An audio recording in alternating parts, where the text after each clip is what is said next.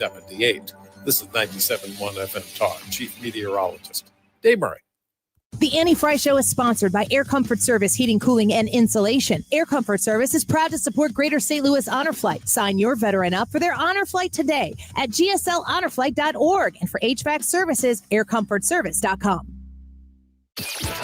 Annie Fry, Ryan Wiggins, Brad Ray. That's us. That's right. Gotta love this American ride. What do you want from me?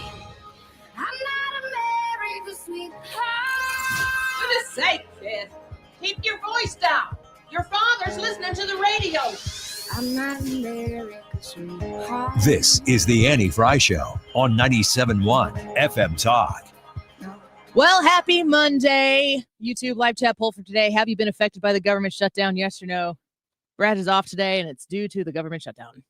Yep. We had to let him temporarily go. No, we did not. Brad's out today. Ethan's in studio with us throughout the course of the day, and we are going to make do. How's that make you feel, Ethan? It makes me feel something. I don't know what. I bought everybody coffee today. So Yep. If anything, we will be energized. Yes. A lot of energy, nowhere to go. Yeah, we have spin in circles in your chair. 3 p.m. That's where we go. All right. And we don't stop till we get there. Sounds like a Michael Jackson song. The government shutdown. I just had a conversation with my dad. Now, my dad owns part of a farm, family farm. And he said to me this morning that he got a check from the government, from the United States Treasury. It's like $100 or something. It's not a huge check. But he owns a farm. But he just, a check with no explanation. He doesn't know where it came from or where it's going or what it's for. But he needs to know, is that his money because it came to him, or is it farm money? And he's been trying to call people to find out where this like $100 came from, and he can't. Okay. Because of the lapse Oh. in funding is what the voicemails say. So my dad has inherently been affected by the government shutdown, except for the fact that his problem is that they sent him money. I would like to have this problem. I have had this thing happen too, except I don't think it's the government. But I still can't figure it out, and I'm afraid to ask. Is it a prince in the Middle East? It's a yeah. Money? It's a guy in Nigeria who said he's going to give me tenfold whatever I give him. Yeah. So I did it. I'm waiting. The only smart move to make. It's going to be great when it cashes in, but no, I've really had a bank error, like the old Monopoly card. It says a bank error in your favor, but it's been 2 months in a row, and it's the same amount. And I'm afraid to ask because I'm afraid that it's an actual error that they've messed up, that they're giving me money. Pretty sure you're liable for that with no statute of limitations. Oh, you should figure it out sooner than later. Wait it out. You know, we talk about the government shutdown. It's easy to talk about the government shutdown in a political way. But, the poll question could be today, who do you blame for the government shutdown? Well, tell me who you voted for, and I can tell you who you blame. Yeah. I mean, there's not really a way around that. That's just kind of how it is. We've got Ryan Schmelz on with us at 1:30, so 90 minutes from now we'll be talking with him, and he'll give us the latest from Capitol Hill. Speaker Johnson, I think Mike Johnson is a fantastic speaker because he's a policy guy. He's kind of pleasantly boring. I don't say that in a pejorative way at all. He's soft-spoken. He's soothing when you listen to him, and he knows his stuff. It's, Kevin McCarthy was a fundraiser. That was apparently what he brought to the table that was near irreplaceable, that he could just really raise funds. He's the one who got the original Republican majority back when they got it. He's a fundraiser, but then also he was good with the politics and the mastering of that bully pulpit of being the Speaker of the House. Mike Johnson, who has the most normal name in the history of names. Name Michael Johnson. Maybe a Smith. But I think Johnson is near up there with Smith. Yeah, Rick Jones. Jones, Johnson, Smith. Yeah. Michael. Super normal guy. He's from Louisiana, but he looks kind of like an accountant therapist, which is really what we need as the Speaker of the House. Somebody who's going to look at the sense, literally and figuratively, of what the people's dollars are doing and say, we can do this, and there are some things that we just cannot do. We cannot afford to do that. And Mike Johnson has made that very explicitly clear. Isn't it refreshing, Ryan, to hear them say, we can't spend, what is it, $1.6 trillion on the Medicaid funny business that the Biden administration put into play that would allow illegal immigrants to use taxpayer dollars for medical help. They use the emergency room as their, when people say like, okay, illegal immigrants are going to the emergency room, it's very easy and sensible to say, what are they supposed to do? Not treat them? Well, of course they're supposed to treat them. You're supposed that a do no harm oath that the medical providers take. But they're not going to the emergency room because their arm is dangling from their body. They're going because they have a cold. And then the taxpayers fund that. And that is because the Biden administration put in loopholes of sorts that allowed Medicaid to fund these things. The big, beautiful bill removed that from existence. And the Democrats, Chuck Schumer, they want it back. And the Republicans are like, absolutely not. That's not happening. Do the Democrats have a leg to stand on right now, Ryan? No, not only this already passed in the big, beautiful bill. So they're just trying to sort of claw it back. But they, again, find themselves on those 80-20 issues on the wrong side, on the 20 side, where this is not a popular stance. So when the government is shut down and people are going, well, why is it shut down? Both sides always blame each other. That's nothing new in this battle either.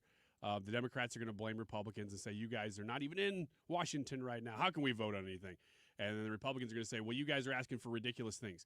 If the message is that the thing, and this is what Democrats are trying to do, it's not Republicans paying them this way.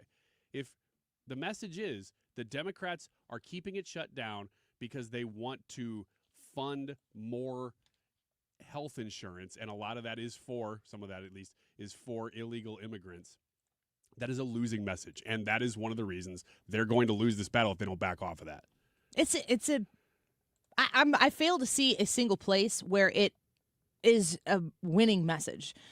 There are places in Democrat circles where if this message was going to work, if this was going to track, that in these different locations, the message would work there.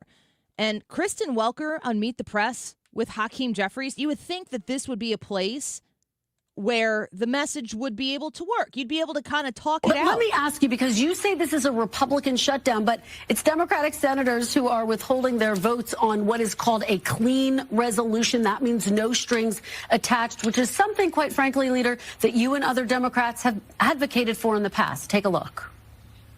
You do not use the threat of shutting down government to try to advance your policy agenda. First thing that the House has to do is pass a clean 6-week CR. A continuing resolution that is at the fiscal year 2023 levels is the only way forward. And that would be Hakeem Jeffries, who is currently in an interview right there with Kristen Welker saying a clean CR is the only way to do it. This is a clean CR from the Republicans. The Republicans are not using their majority in the continuing resolution position.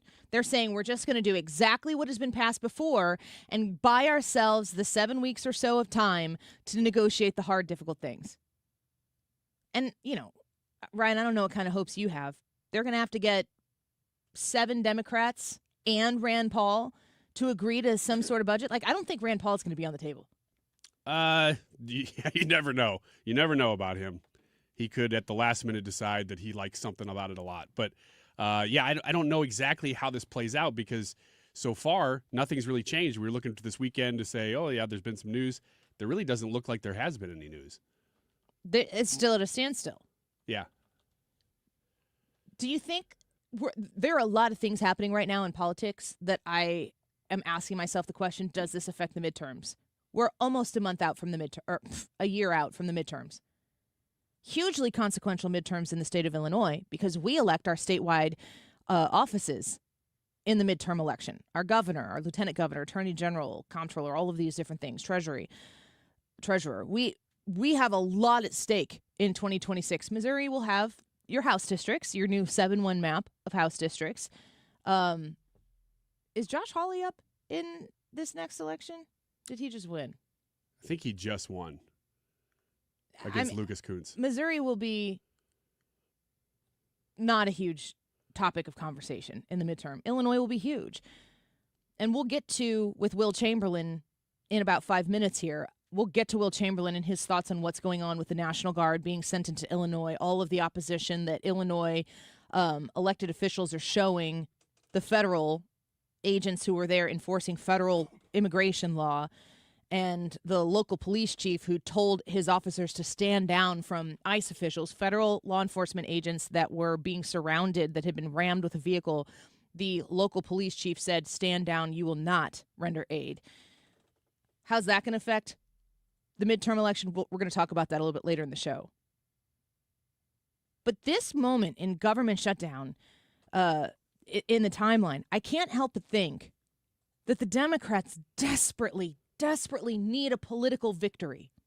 Anything. I don't know that they've had a political victory in 2025. Tariffs, Judgment Day, Liberation Day. Tariffs were supposed to prove how wrong Trump was. They didn't. The adjustments, you love the adjustments that they make, in Biden administration, Ryan, and then now in the Trump administration. All of the adjustments that had to be made towards economic numbers, jobs numbers, the numbers were always initially reported as much more favorable to Joe Biden than they actually were. The adjustments always went against Joe Biden. What are the adjustments doing in Donald Trump's administration? They're just all over. They're just incompetent. I mean, that's what they look like, is you cannot figure out why they continually get these so wrong. Because they're not a little bit wrong. They're like historically wrong over and over and over again. And then, a little bit of a soapbox here. Trump goes to fire that person, and everybody goes, oh, Trump's fired him because he just wants more favorable numbers. No, Trump wants real numbers. You can't base anything economically on fake numbers, and they've been fake for 5 years. And they always favor, the fakeness of them always favors the same person, same party. For 4 years, they favored Joe Biden. In the last few, you don't know what they were doing, last few months. They've been all over the place. They've had a lot of numbers that the corrections come back, and they are much more the economy was doing even better than you thought it was going to be. They kept interest rates high. Yeah, and when you correct jobs numbers, when you go back and have to recorrect jobs numbers, and it looks like things aren't going as well as they were, it's because the origin numbers coming out of the Biden administration were poor. So if the numbers are worse than they were being reported, it's because now they're correct. These numbers are never initially reported in a way that is punitive to the Democrats. And that's the bureaucracy. That's the swamp. Man, the swamp has its tentacles into every square inch of Washington, D.C., and it is Donald Trump's job to get it out of there.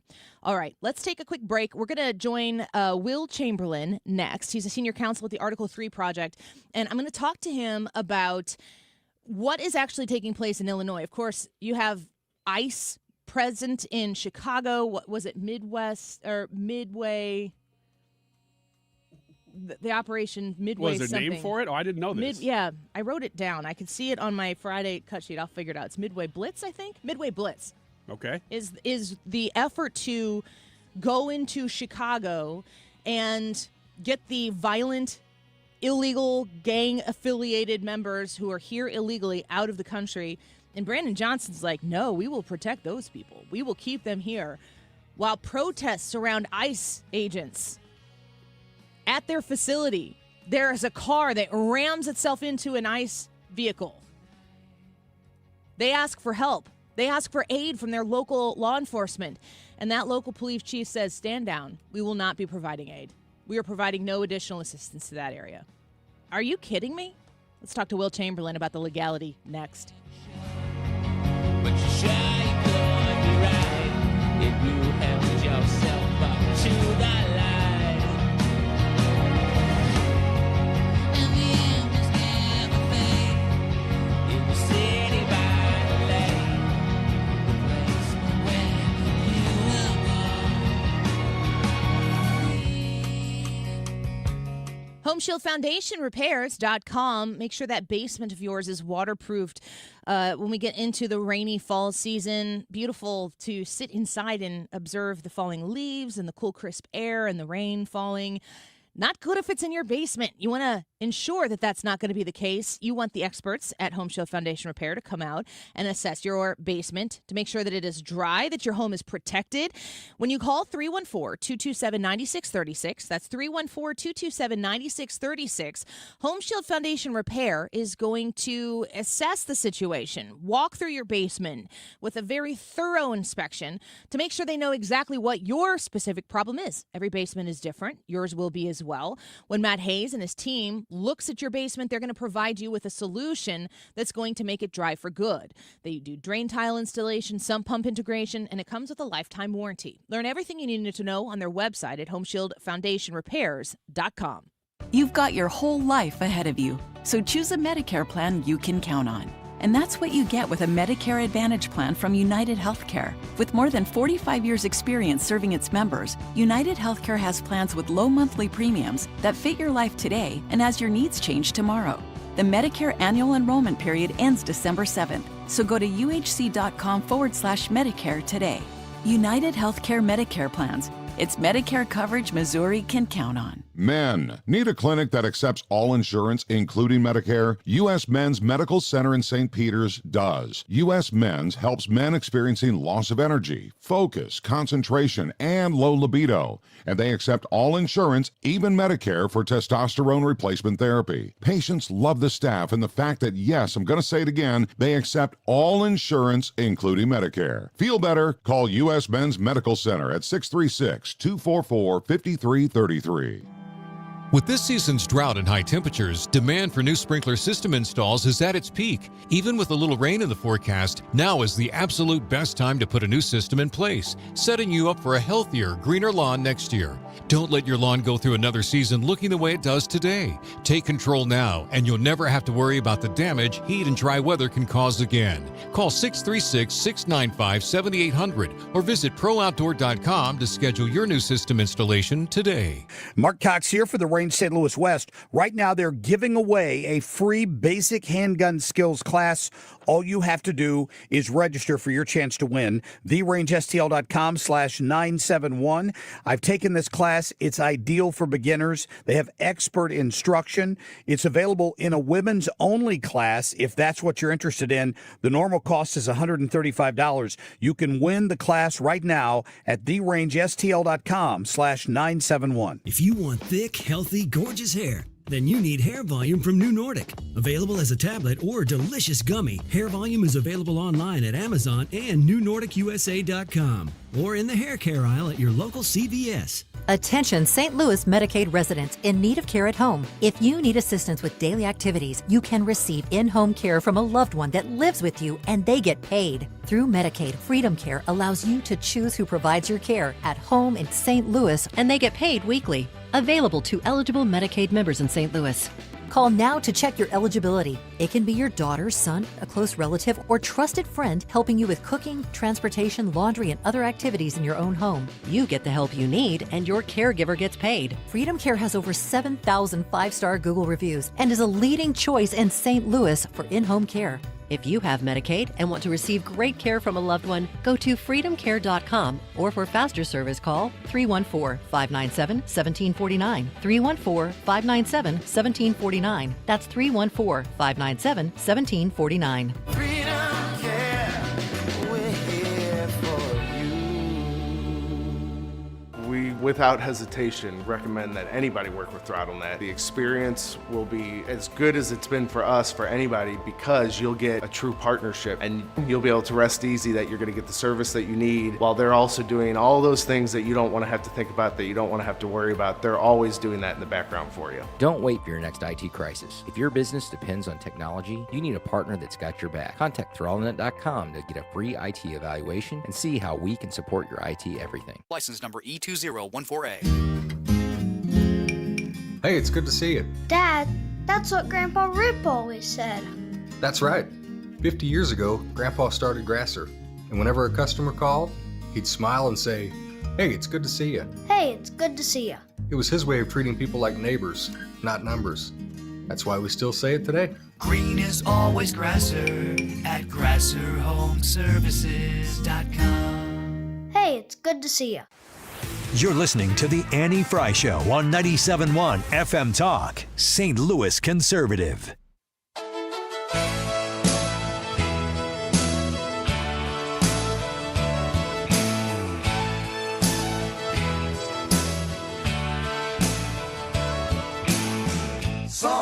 Welcome back to the Annie Fry Show. We are grateful for you to be with us on a Monday afternoon. There is quite a lot of hubbub going on in the state of Illinois. And as an Illinois resident, you know I talk about Illinois politics quite a bit. We're downstaters. I guess this is what upstate New Yorkers feel like. Maybe there are a lot of people in New Jersey, especially with their governor race about to come about, who are sick of their state going the way of the big city. Chicago's 65% of the population, Cook County is, of the state.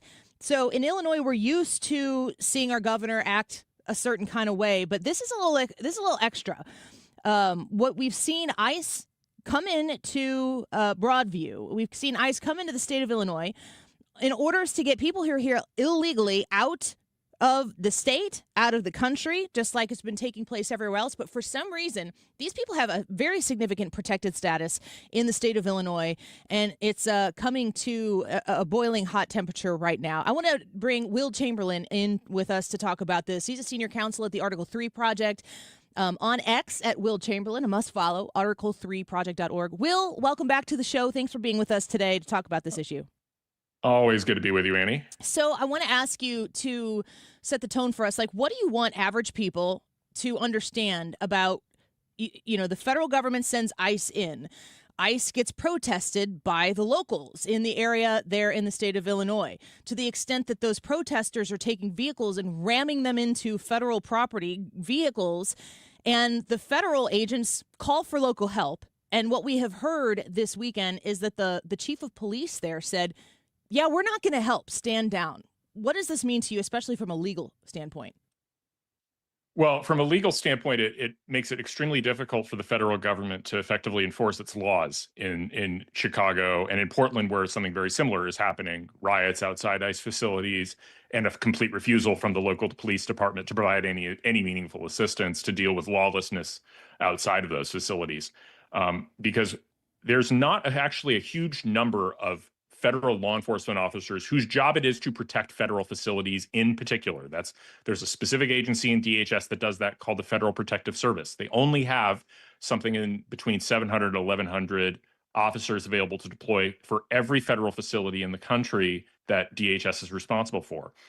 And so, for example, in Portland, over 100 officers of the Federal Protective Service have been detailed out there. That's 15% of the overall strength of the agency for one single building. And those people, in order to keep the federal staff protected, are working 12-hour shifts 7 days a week. They're working flat out.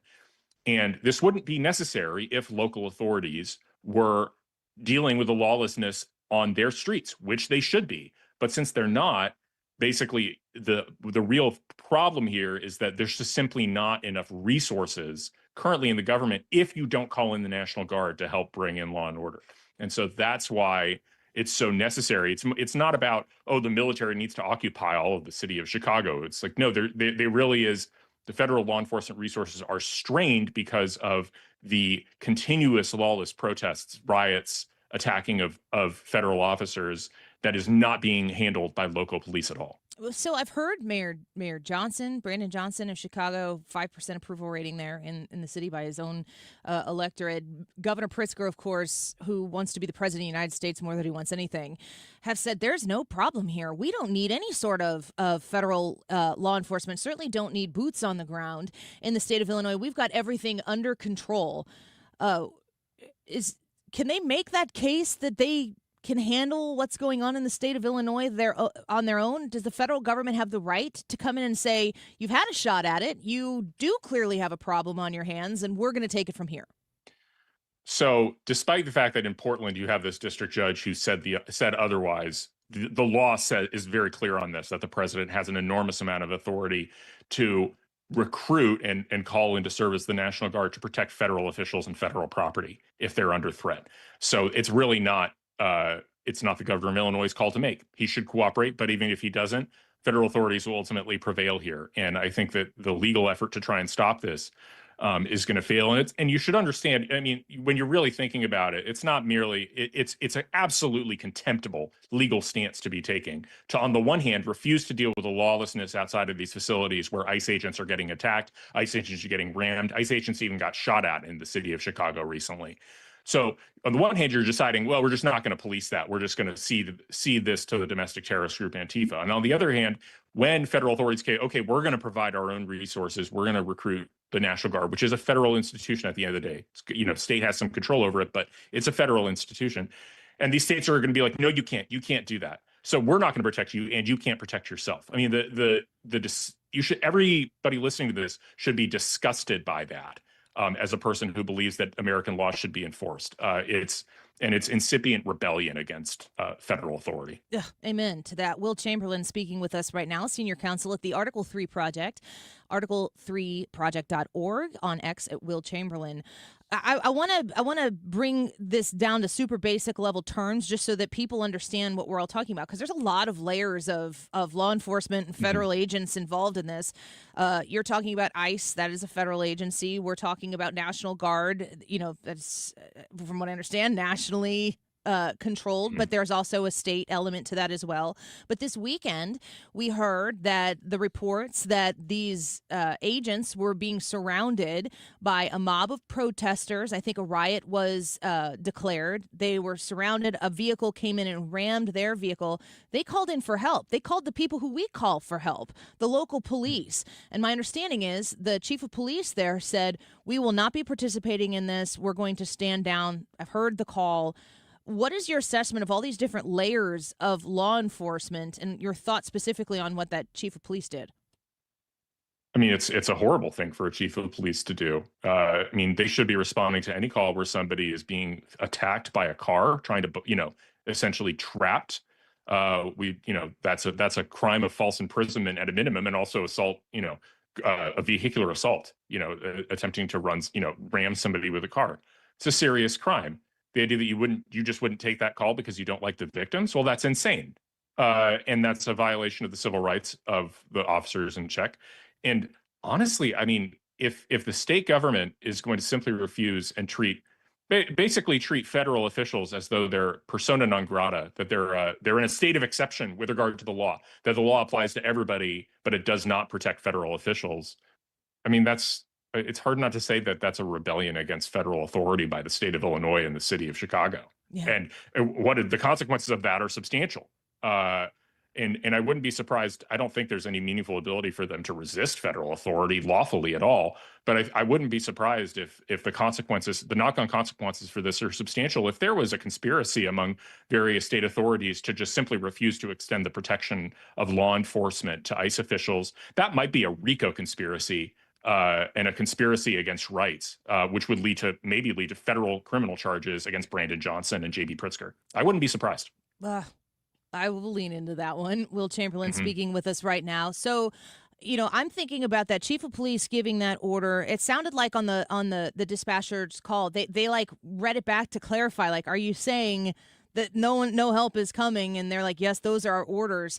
I've heard a lot of reports. Emily Campagno specifically, who I know does a lot of police work, she's of course a lawyer as well, was talking about the difference between the rank and file police officers who do have to follow orders from that chief of police. I mean, do you have anything to say about that? Is the chief of police being a political figure, and his orders, of course, have to be followed by those people within his jurisdiction?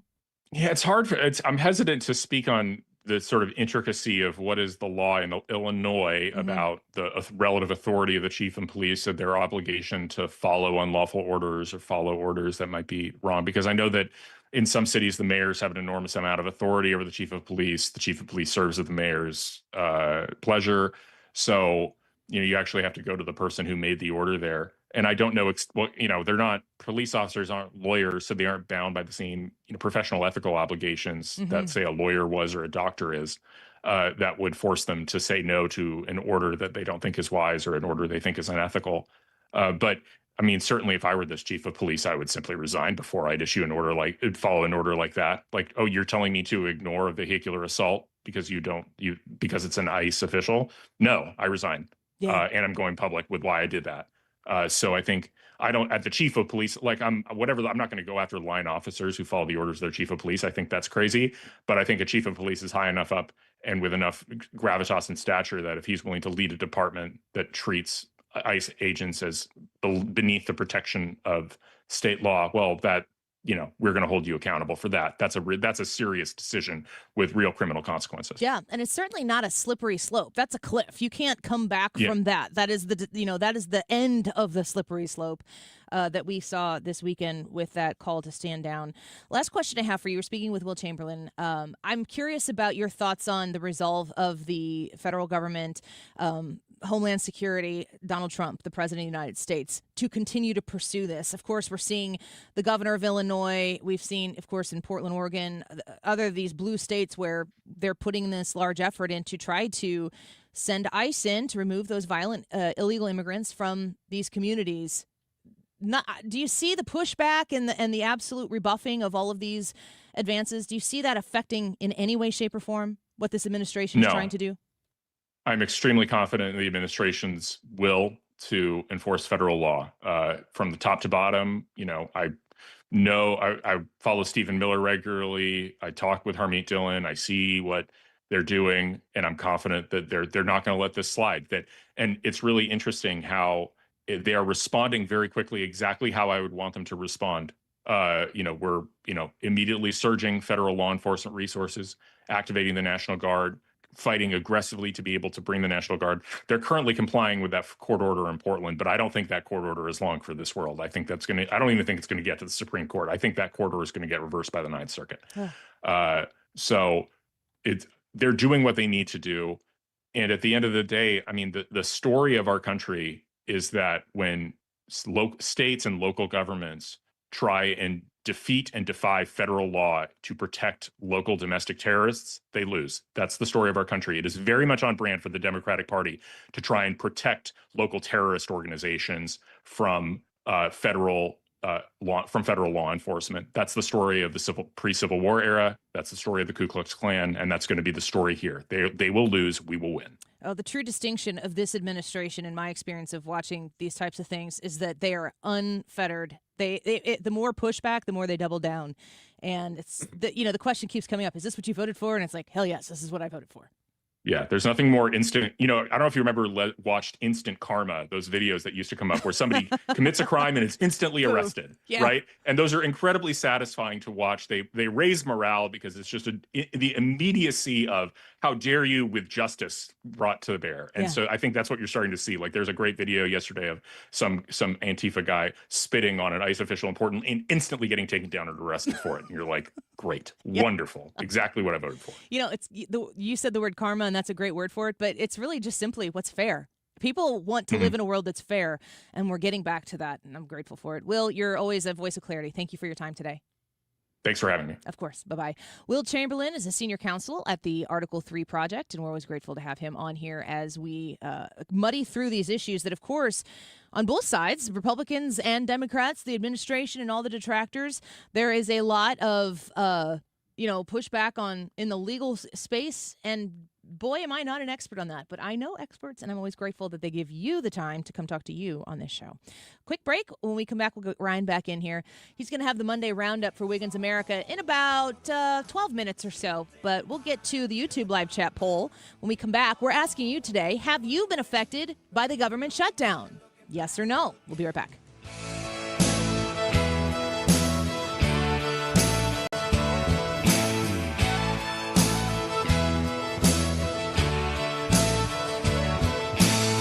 Now's the time to get brand new windows installed in your house before the cold weather hits. Mark Cox here, and of course I am recommending my friends at Window World. 314-993-1800. Simply the best for less, and there's a good reason for that. They give you a lifetime warranty with their windows. You can't beat that. Glass breakage, labor, parts, all covered for the lifetime of your windows, and they are beautiful. I'm a satisfied customer of Window World. There's a reason they're ranked number one in windows by Qualified Remodeler Magazine because they put in lots of them in the greater St. Louis area. They're the preferred window of the St. Louis Blues. When you go to Blues games this season, you'll see Window World represented everywhere, and I love that. Reach out to them now. You can check them out right on their website, which is windowworldstlouis.com, or call them at 314-993-1800. Tell them Mark Cox sent you. It's windowworldstlouis.com. Ronald Reagan once famously said, "Government is not the solution, government is the problem." When it comes to economic growth, government can be a roadblock. With red tape, regulations, and subsidies, government stifles entrepreneurship and also props up businesses that deserve to go under. Unlike government, free markets encourage risk-taking, freedom to succeed or fail. Governments shouldn't be picking winners and losers, the market should. Free markets benefit the business owner and the customer by encouraging competition. Free market enabled a young man named J.C. Hall selling picture postcards in Kansas City to turn his idea into Hallmark cards. In St. Louis, the free market made it possible for Adolphus Busch to turn his father-in-law's local beer into the world's largest brewery. A free market also means you get to send your kids to the school of your choice. Learn more about free markets at showmeinstitute.org. The Show Me Minute has been brought to you by Show Me Institute and Show Me Opportunity. The YouTube live chat poll today is, have you been affected by the government shutdown, yes or no? And, of course, we always invite you to leave a comment. Here's a couple. Here's one from Joe. He says, most likely because my government has spent less money. I guess that – well, yeah, that's overall. That's true, right? And Russell says, yes, I have lost many brain cells throughout this process. Sorry, Russell. But was that us? Was it the government shutdown? I mean, that's up to you to decide. 12:39. This time check is sponsored by Jerry Kelly Heating and Air Conditioning. It's time for a $98 furnace tune-up. JerryKelly.com. From Collinsville to Chesterfield, 97.1 FM Talk, St. Louis Conservative.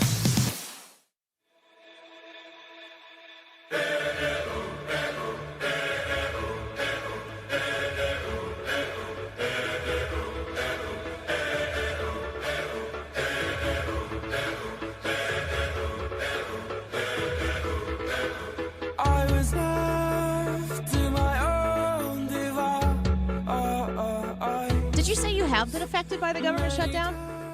No, I did not say that at all. I was reading comments.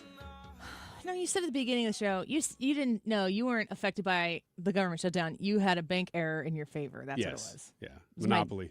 My dad's trying to get to the bottom of a small check that was sent to him, and nobody's there to answer the Mine's phone. not small. It was $644 2 months in a row. I'm like, what am I supposed to do about this? And it says, like, on your It says statement? credit, National Bank, and then a bunch of numbers. And I'm like, I don't really know what this is from, though. Did you Google I did. what it said? Yeah, I Googled the exact line from Yeah. the bank statement to see, is this a normal thing? What does it mean? And it said, well, this code indicates this. It basically told me what I already knew, which is this is a bank credit, but I still don't know what it's for. So it could be a dividend because it's that kind of bank that maybe they're doing a payout to like their shareholders, which Who did you we talk are. to about it? AI. I didn't talk to the bank yet. You don't want to talk to him because you don't want him to take the money back? I'm kind of nervous about it. Well, you think maybe you're a part of a crime.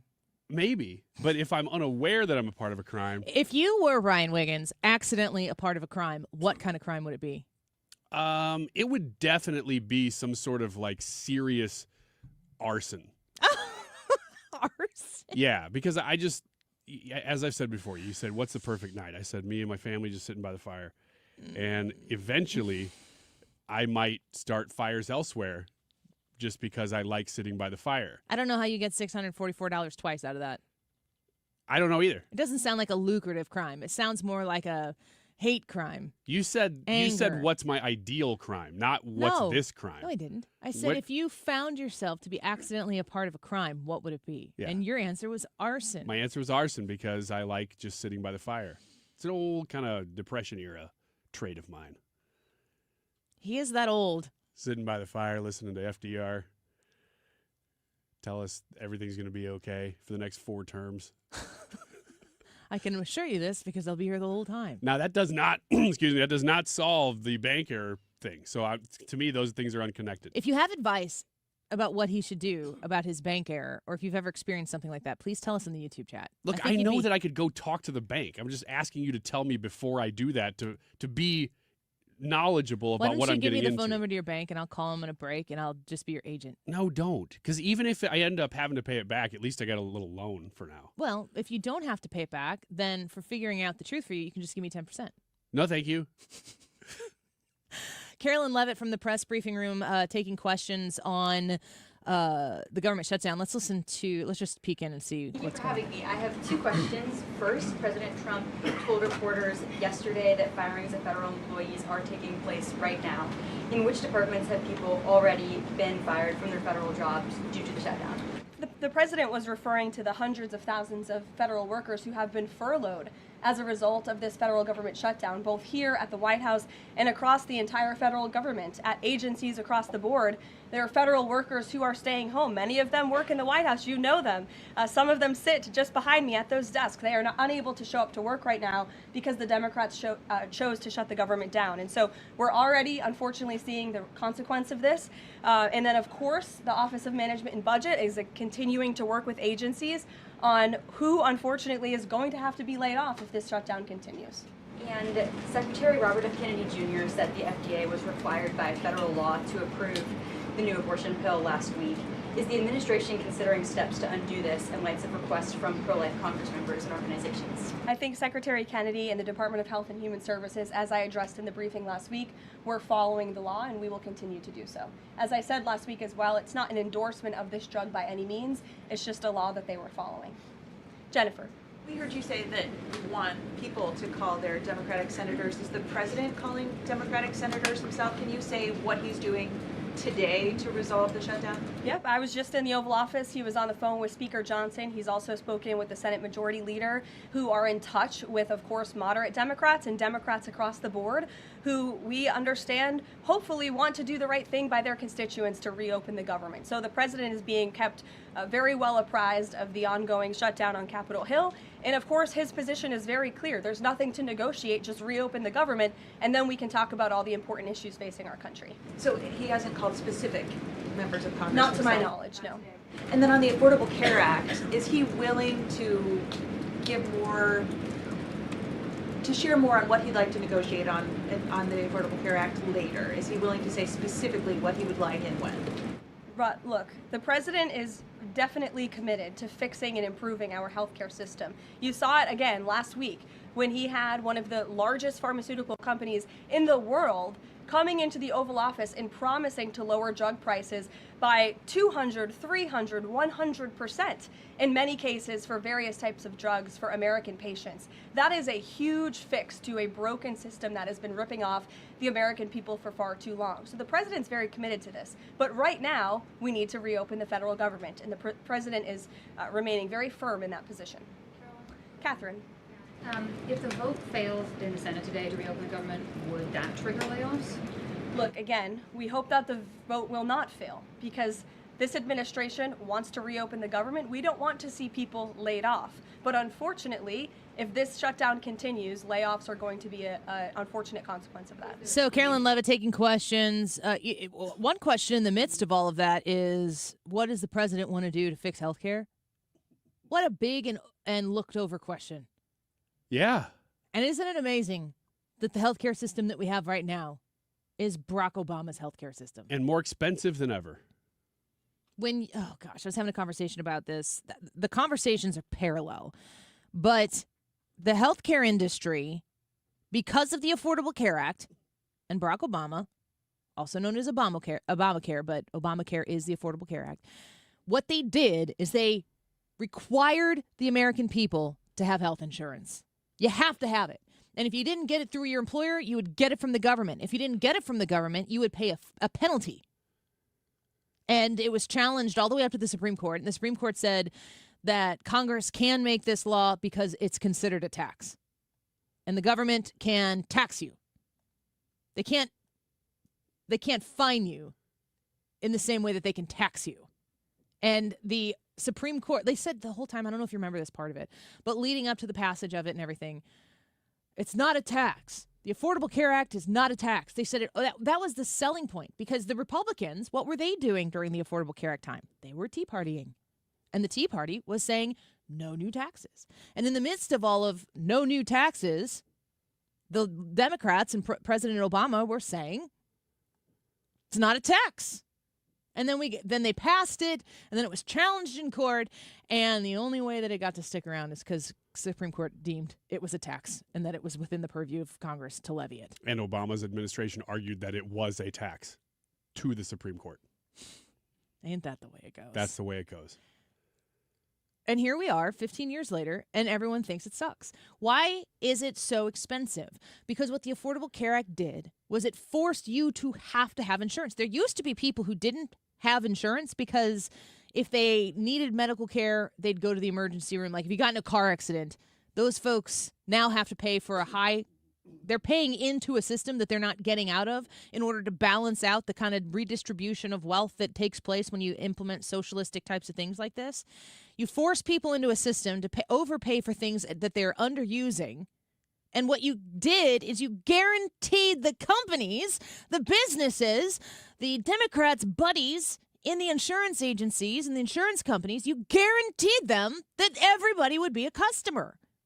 Well, in this great country that we live in, the best case scenario for the consumer, for the customer, for the patient in this instance, is where healthcare companies, insurance companies, have to beg for you to utilize their services, which means that they have to, across a free market, compete for your services, for you as a client. They have to work to earn you. Barack Obama turned everything on its head and said, no, we'll guarantee that everybody has to become a client. Why would they have to compete? It's the exact same thing. Everyone talks about how expensive healthcare is. Democrats talk about how to give you money to afford the cost, but they don't ever talk about the cost. And it's the exact same thing with higher education. It's the exact same thing with college. We only talk about how to afford college. We never talk about why it costs so gosh darn much. It doesn't need to be that expensive, but we don't want to talk about that, do we? Well, I sure do. Let's do Wiggins America. Monday Roundup next. Don't go away. But if you close your eyes, does it almost feel like nothing changed at all? And if you close your eyes... AirComfortService.com. You got your heating system check scheduled, don't you? Okay, I know you don't. This is why I'm here. I'm here to help you. 314-513-0091. 314-513-0091. Air Comfort Service will come to your house and provide you the heating system check that you need to make sure everything is in good working order. Maybe you're going to need a tune-up. Maybe everything's fine. Maybe you know that you're essentially begging every year, can I just get one more year out of this sucker? I just need one more year out of this furnace.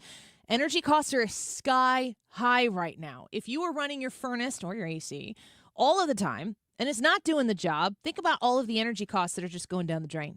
314-513-0091. 314-513-0091. Call Air Comfort Service and have them come out and provide you the system check that you need. You can be a preferred partner as well. Join that plan. Get regularly scheduled heating, cooling, and system checks twice a year.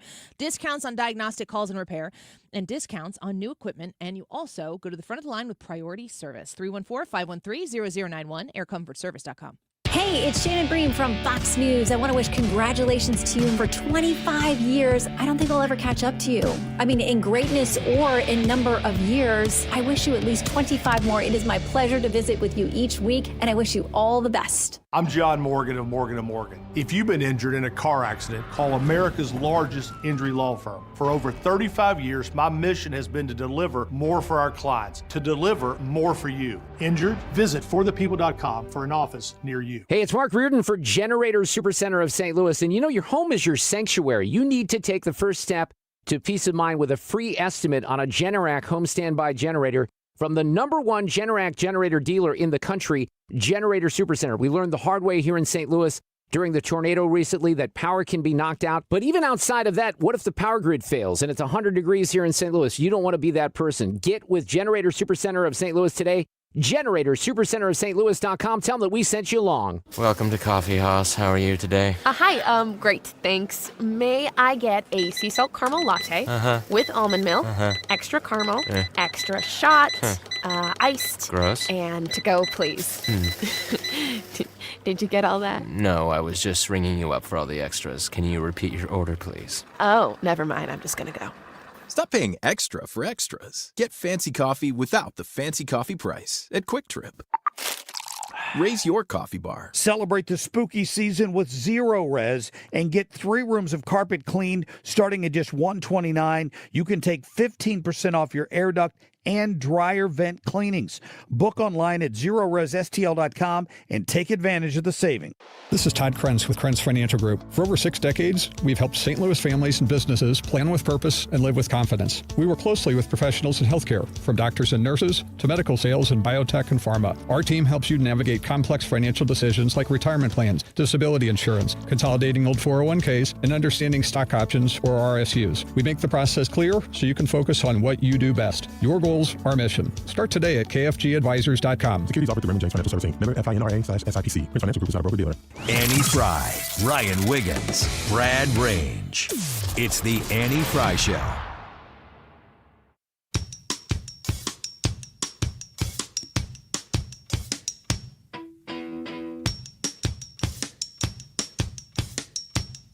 You gotta keep them separated. Welcome back. YouTube poll, have you been affected by the government shutdown, yes or no? Maybe you're furloughed right now and you're listening to us because you're off work. Thanks for the company. We're happy to have you here. We're going to move Wiggins America to 145, but you did have one story we're going to get to here real quick. The Treasury Department is considering minting a new coin. You know whose face is going to be on it? Yours. No. No. That's a great guess, though. No. It is one Donald Trump. He would be on both sides of this official U.S. currency. On one side, it would be like the bat signal when you see him at the profile. Now, it'd be the full face, not just the silhouette, but it'd be his full face profile. On the other side, and they've already released this, it would be him with the American flag behind him, raising that fist, fight, fight, fight. Oh, really? Across the top of it, I want United that States of coin. America, e pluribus unum. On that side, and in God we trust on the other, 1776 to 2026. If we would have been this far into Barack Obama's second term, talking about putting his face on a coin, everybody be for it. Oh my gosh, yes. I think they have commemorative stuff like this all over the place. I walk past things in Disney World, and it'll say like, "Oh, here's a beautiful quote from Barack Obama," and nobody questions it at all. He's everywhere. He's a president. He's a president of the United States. Yes, he was chosen by the people. Now Just they like didn't quite Donald do that. Trump. They did not quite do that with Biden as much. But what would they have quoted? Here's what's crazy about this. Yeah, exactly. What would the quote say? You see, pause. Sit back down, fat. Come on, Pat. Here's what's crazy about this. That Congress, bipartisan legislation, passed this in 2020. But they did not know it because it is the coming 250th anniversary. They said we need a special coin for that. Whoever's the president at the time will be able to mint that coin. They had no clue it would be Donald Trump, and that Donald Trump would say, "Why don't we put Donald Trump on it?" So this has already been passed. It won't face lawsuits. It's not going to go through the whole thing. Donald Trump can literally just do this because Congress already approved it. So there you go. I would not be surprised if we see the Trump coin. Wouldn't you want one of these? Oh my gosh, yes. I would seek that out for These sure. will be collector's items. Yeah. Just like the bicentennial is, but this one would be more so because there's a person attached to it. The bicentennial just has like the... One day we're going to be 80 years old and we're going to talk about this time, and I can wait. I don't want to be 80 quite yet. But how is history going to look on this moment? It will be quite interesting to see. Steve Moore and Ryan Schmelz in the next hour. Stay right here. When you work with a home improvement company, you want to make sure they are recognized as one of the best. Mark Cox here from my friends at Chesterfield Fence and Deck. They just received the Big 50 Award. That's featured in Remodeling Magazine to honor the top 50 remodelers in the country, to recognize the industry's best and brightest.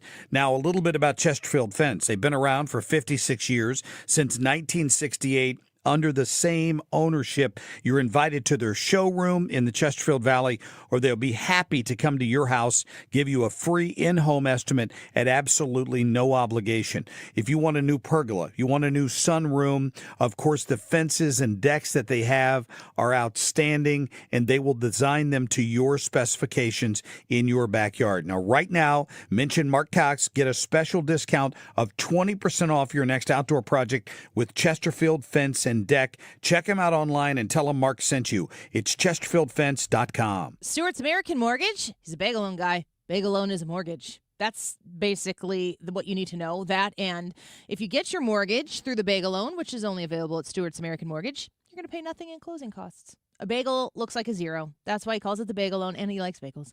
Bagels look like zeros. That reminds you when it comes time to close that loan and get to your new lower interest rate or into your brand new home with the best possible deal, those potentially thousands of dollars in closing costs that you could be paying, nope, don't have to pay them.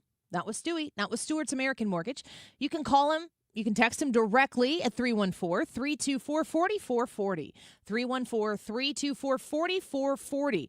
When you Google the bagel loan, you can find out more information to understand exactly how it works. You can call him, you can text him and ask him to give you the details of exactly how it works.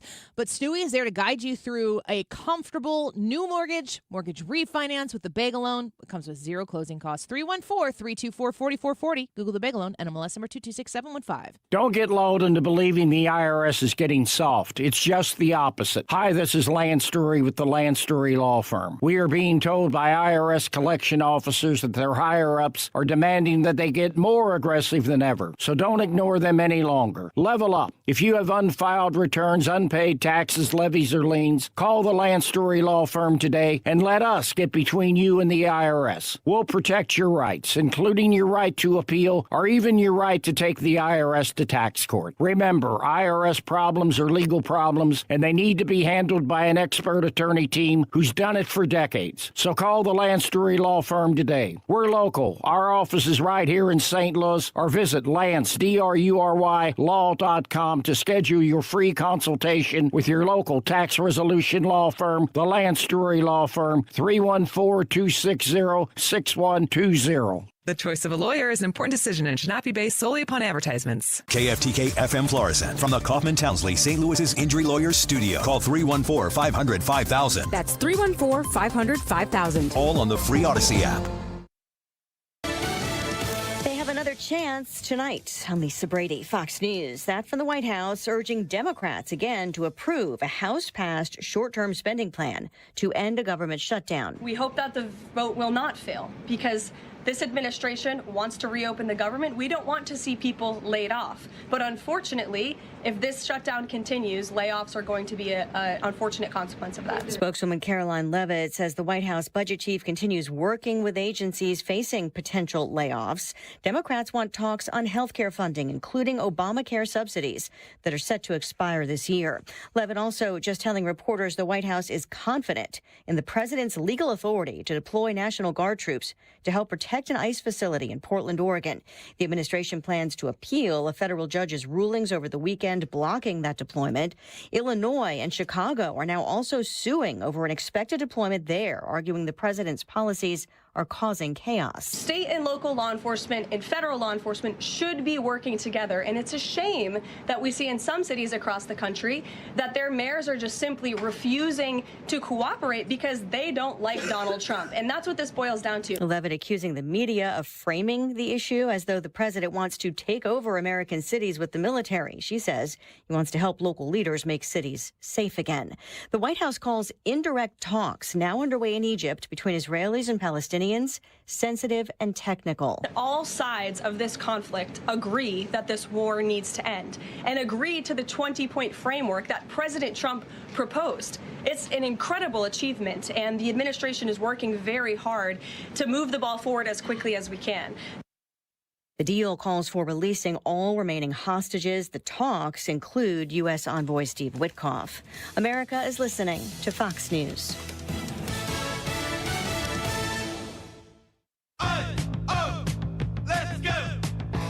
You're still glowing, flirting, grooving. You still got it. But your immune system weakens as you age. making it harder to fight flu, pneumococcal pneumonia, RSV, and COVID-19. Vaccines are a key part of any health routine and help strengthen your immune response. Ask your doctor or pharmacist which vaccines you need. Schedule in minutes at vaxassist.com. Sponsored by Pfizer. You ever wonder why Verizon charges twice as much as Pure Talk for the same basic service? Think it might have something to do with the fact that Verizon spends $12 billion a year on advertising and promotion? That's billion with a B? Yeah. Pure Talk doesn't spend that kind of money on commercials. That's why they can offer unlimited talk, text, and plenty of data on a blazing fast 5G network for just $25 a month. Save an additional 50% off your first month when you dial pound 250 and say the words Micro. That's pound 250, Micro. Air Comfort Service, heating, cooling, and insulation, weather. Our weather's going to be a little bit unsettled, but I'm not looking for a widespread rain. A mix of clouds and sunshine this afternoon, a couple of scattered showers, 86, so we're still warm today. Tonight, full moon, partly cloudy skies, a couple of scattered showers, maybe a thunder shower, 67. Tuesday, partly sunny, still a chance of a couple of scattered showers and thunder showers, but it's a little cooler on Tuesday, 78. This is 97.1 FM Talk. Chief Meteorologist Dave Murray. The Annie Fry Show is sponsored by Air Comfort Service Heating, Cooling, and Insulation. If you need a new furnace, get Carrier Cool Cash rebates and 0% financing so you'll be nice and cozy as the weather turns. For a free estimate on a new heating system, visit aircomfortservice.com. Annie Fry, Ryan Wiggins, Brad Ring. That's us. That's right. Gotta love this American ride. What do you want from me? I'm not America's sweetheart. Goodness sake, kid. Keep your voice down. Your father's listening to the radio. I'm not America's sweetheart. This is the Annie Fry Show on 97.1 FM Talk. The president himself had the 4 leaders in the Oval Office. For the first time, 5-6 days 9 ago. months in. Because this was the first time that the president needed to engage with the leaders on a funding matter, and we've been keeping the lights on and keeping everything going pretty well until then. But Chuck Schumer and Hakeem Jeffries in that meeting showed no willingness to come along and do the right thing, to keep the government open. The president and everyone is open to negotiating all these issues. That's our process. We work in a deliberative public body. You got 435 members in the House and 100 in the Senate. There's a lot of opinions that you cover every day, right? You got to get those people working together to build consensus on these big issues because we have small margins of majorities in both chambers. There you have the Speaker of the House, Mike Johnson, talking about the government shutdown impasse. This, I think, why they call it, proverbially to say it's going to take an act of Congress. Apparently, it's not that easy to do, and the government remains shut down. What does that mean for the American economy? We welcome Steve Moore onto the show, Distinguished Fellow in Economics at the Heritage Foundation, Trump Economic Advisor, and author of the book, The Trump Economic Miracle and the Plan to Unleash Prosperity Again. Steve Moore, welcome back to the show. Thanks for being with us. Hi, Annie. Great to be with you. Great to be with you as well. Are you being affected by the government shutdown? How are you handling these few days so far where the government has been closed? Well, we had something in our hotline this morning that basically was based on a Scott Rasmussen poll that showed only 6% of Americans are affected in any kind of major way by the shutdown. Those are probably the people who live in the swamp and can't go into their job. Listen, the stakes are high here. I don't like shutdowns. I think they're kind of stupid, but I also think that when you've got running a $2 trillion annual deficit, as the federal government is, when you're around a $37 trillion national debt, and you're that underwater, you have to cut expenditures. And Republicans have proposed about a 2% cut in spending over the next 10 years, $1.5 trillion out of $80 trillion. And the Democrats are saying, hell no, we're not going to, agree to a budget unless you get rid of those savings. And so they just want business as usual, and I don't think the American people want that. Yeah, I don't think you elect Trump to a second term after everything that we've gone through as a country for business as usual. I hear some people economically saying that the shutdown might turn into a unlikely opportunity for the administration to make some cuts, to reassess what gets funded and what doesn't. Are you looking into this stuff yourself and looking for the administration to make some moves? Well, I've heard that too. I've talked a little bit with my friend Russell Vaught, who runs the Office of Management and Budget, and he thinks that he has the authority now to really not only, because I want people to understand that, you've got tens and tens of thousands of federal employees who are being paid for not working now. they still get their paychecks even though they don't have to go do any work. Boy, that's a sweet deal. I'd love that. So I think the point that he's making is if these are employees that are so non-essential, why do we need them at all? Let's just get rid of them. I mean, a business, if it was losing money, would try to trim costs, and this would be a good way to do it. And by the way, I was very heartened. I don't know if you saw the report that came out this morning that DOGE, the Department of Government Efficiency, that was Elon Musk headed up, is now over $200 billion in savings. So that's a good number.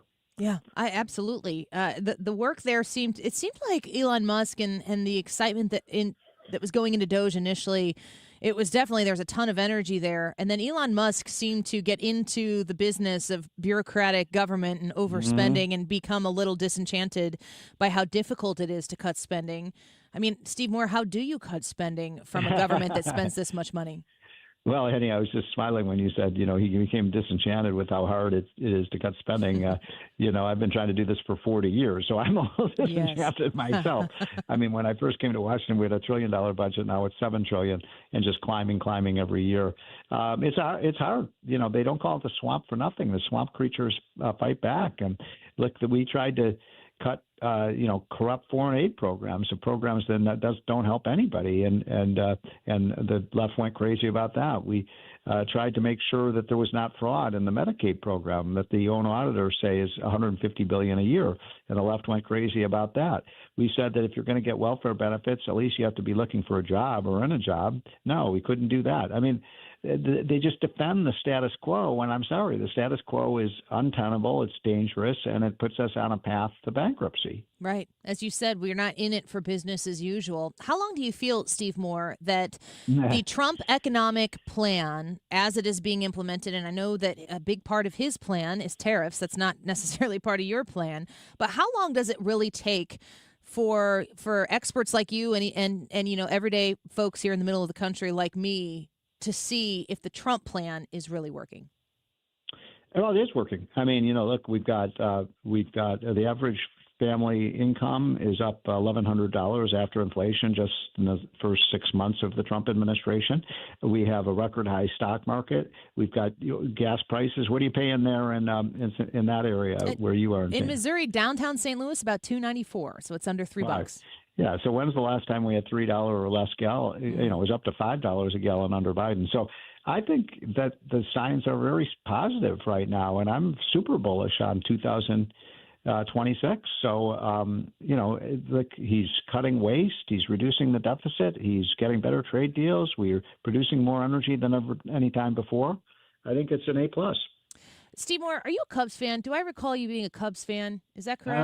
Yeah, I am. And I guess we lost the first game of the playoffs to the Brewers. And so, we're going to try to fight back. But, I grew up in Wrigley Field. Well, we're Cardinals fans here. We're not even going to talk about that. The only thing I don't like about you, Annie, I like everything else about you. Well, our team I went to the University of Illinois, and, there were a lot of Cardinal fans there, and we used to say Cardinal fans would rather see the Cubs lose than the Cardinals win. Well, I was going to tell you, I think I'm actually cheering for the Cubs this season. I'm cheering for the Cubs for Charlie Kirk. I just got a really nasty, dirty look from my associate producer who's in the studio for Charlie Kirk. But I'm also cheering for the state of Illinois because Illinois we're on the national stage for all the wrong reasons. But of course, that midterm election is next year. I'm wondering if you think that the fiscal problems that the city of Chicago, Cook County, and the state of Illinois have been facing, and watching these foolish leaders that have been elected by a majority of Democrats, of course. I'm wondering if you think that Illinois has a shot at some common sense in 2026.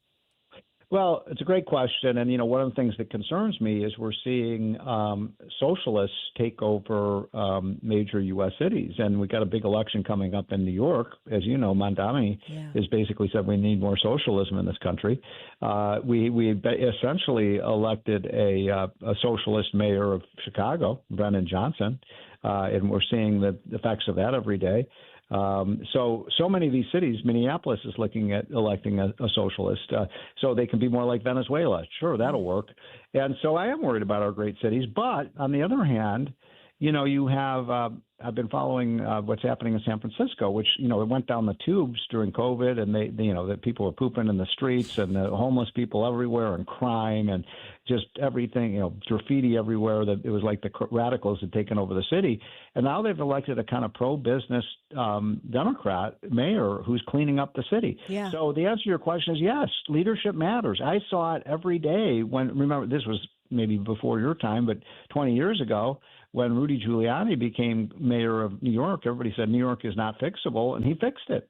He got rid of the crime, he got rid of the graffiti, he got rid of the gangs, he fixed the schools, he lowered the taxes. It's not complicated. This is easy. I mean, you can do it in 5 minutes if you have the right leadership and you have the willpower and the voters behind you. The problem is New York is going to go in the wrong direction, and New York is going to lose Wall Street. Wall Street is going to pull out of New York if Mondani wins that election. Does that just happen? I've heard people talk about it going to Texas possibly, but yes. Is that's you're saying that's a realistic outcome? Oh, yeah. I mean, already, Dallas has more financial services workers than New York does. Wow. And so, think about what that would do to Manhattan. This has been the financial capital of the world, and yet they have the highest taxes on financial capital. So it will move out. And, by the way, that's already happening. And the next financial capital of the world will either be Miami or Dallas. Man, that is a domino effect that will that'll be so bad for New York City. Yeah. Well, people should go to, our website that we just put up about a month ago called votewithyourfeet.net, votewithyourfeet.net. And you can just click on any two states and you can see where people are moving to or from. Even if you, let's say, click on Illinois and then Arkansas. I mean, remember, Arkansas used to be one of the poorest states. People used to laugh at people from Arkansas. More people are moving from Illinois to Arkansas than Arkansas to Illinois.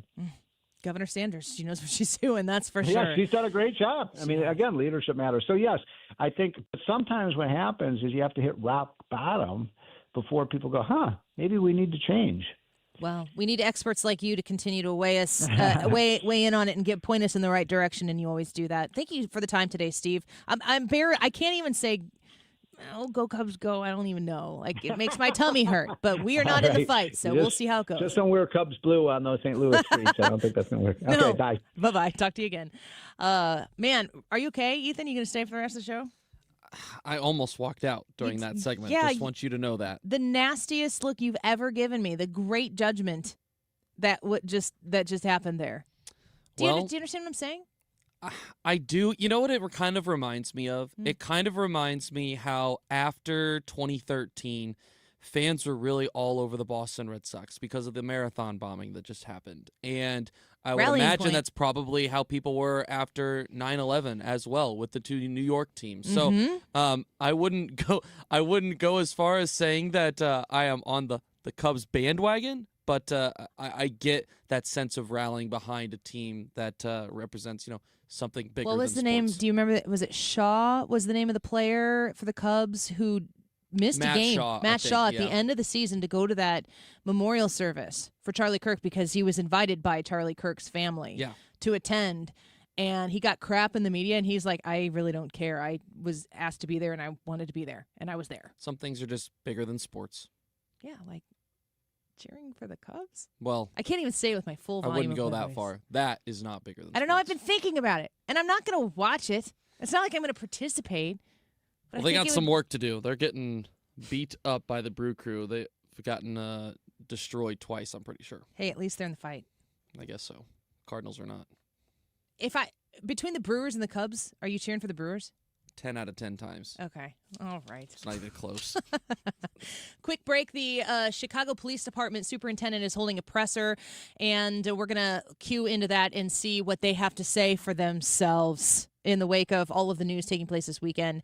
That was Steve Moore you were listening to. If you missed any of that and you want to hear it, check it on the Annie Fry Show podcast. We're going to take a quick break. Go vote in the poll. Have you been affected by the government shutdown? Yes or no? We'll be right back.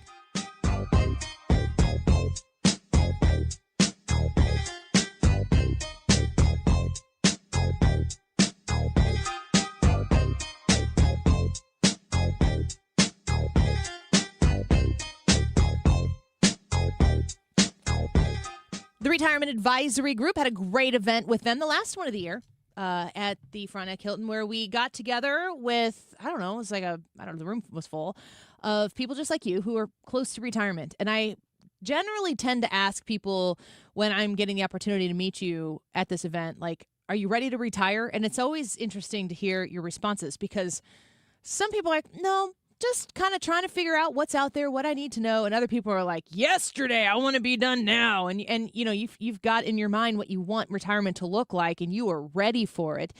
It's different with everybody's individual circumstances. You want to travel, you want to stay put, you just don't want to do, maybe you're in kind of like a physically demanding job and you're just kind of over it. But you got to know where you are. You got to know what you can accomplish. And you need the peace of mind that comes with talking to the Retirement Advisory Group and the amazing Bob and Tammy Kershaw and Thomas Helbig to get that confidence you need to say, this is my plan. This is my personalized structured income plan. This is what I'm going to live off of, and it's going to be able to afford my expenses. All of the details. That's what you want, and that's what the Retirement Advisory Group can give you. Schedule your no-cost, no-obligation review of your retirement by calling 314-993-9494, 314-993-9494. Look them up online at retirementkey.com. No need to get technical on heating and cooling. We all want our houses to cool, correct? When it's heating season, we want them to heat, correct? There's not much more to it than that, but I can give you some pointers and tips on the efficiencies, meaning the efficiencies of your house. What you can do to make your house more efficient, and then deciding on what system to purchase, therefore maximizing every single dollar you spent for a furnace and air conditioner. Not spending maximum dollars on a furnace and air conditioner because you're told of an efficiency rating, and that's it. So again, a common sense approach. When you start getting prices for any furnace and air conditioners, call me. It's one easy number, Missouri and Illinois. Again, Missouri and Illinois, the only number, 314-293-2600. Again, that's 314-293-2600, or on the internet, it is bartinman.com. That's Bart with a B, Inman with an I.com. God bless. Join us for our annual Trade Day sale.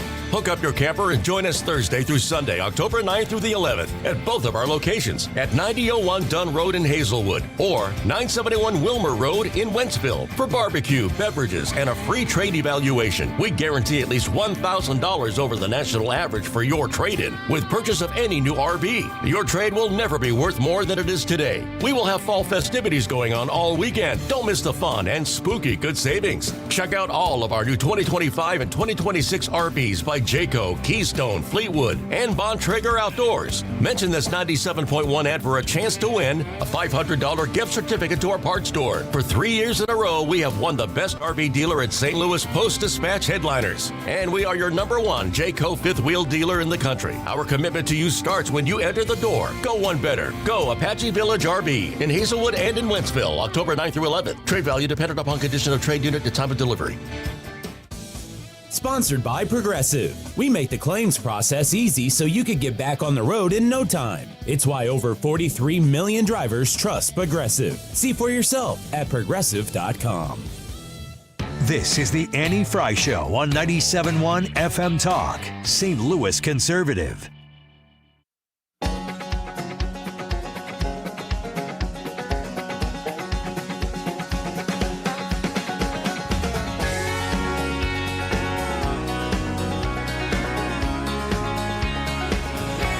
Welcome back to the Annie Fry Show. Good conversation there with Steve Moore, who was talking to us about the government shutdown. You know, I really am curious how they're going to utilize this as an opportunity, because I don't think the Trump administration would put that past themselves. They're looking for every wrinkle that they can to legally get done what they want to do.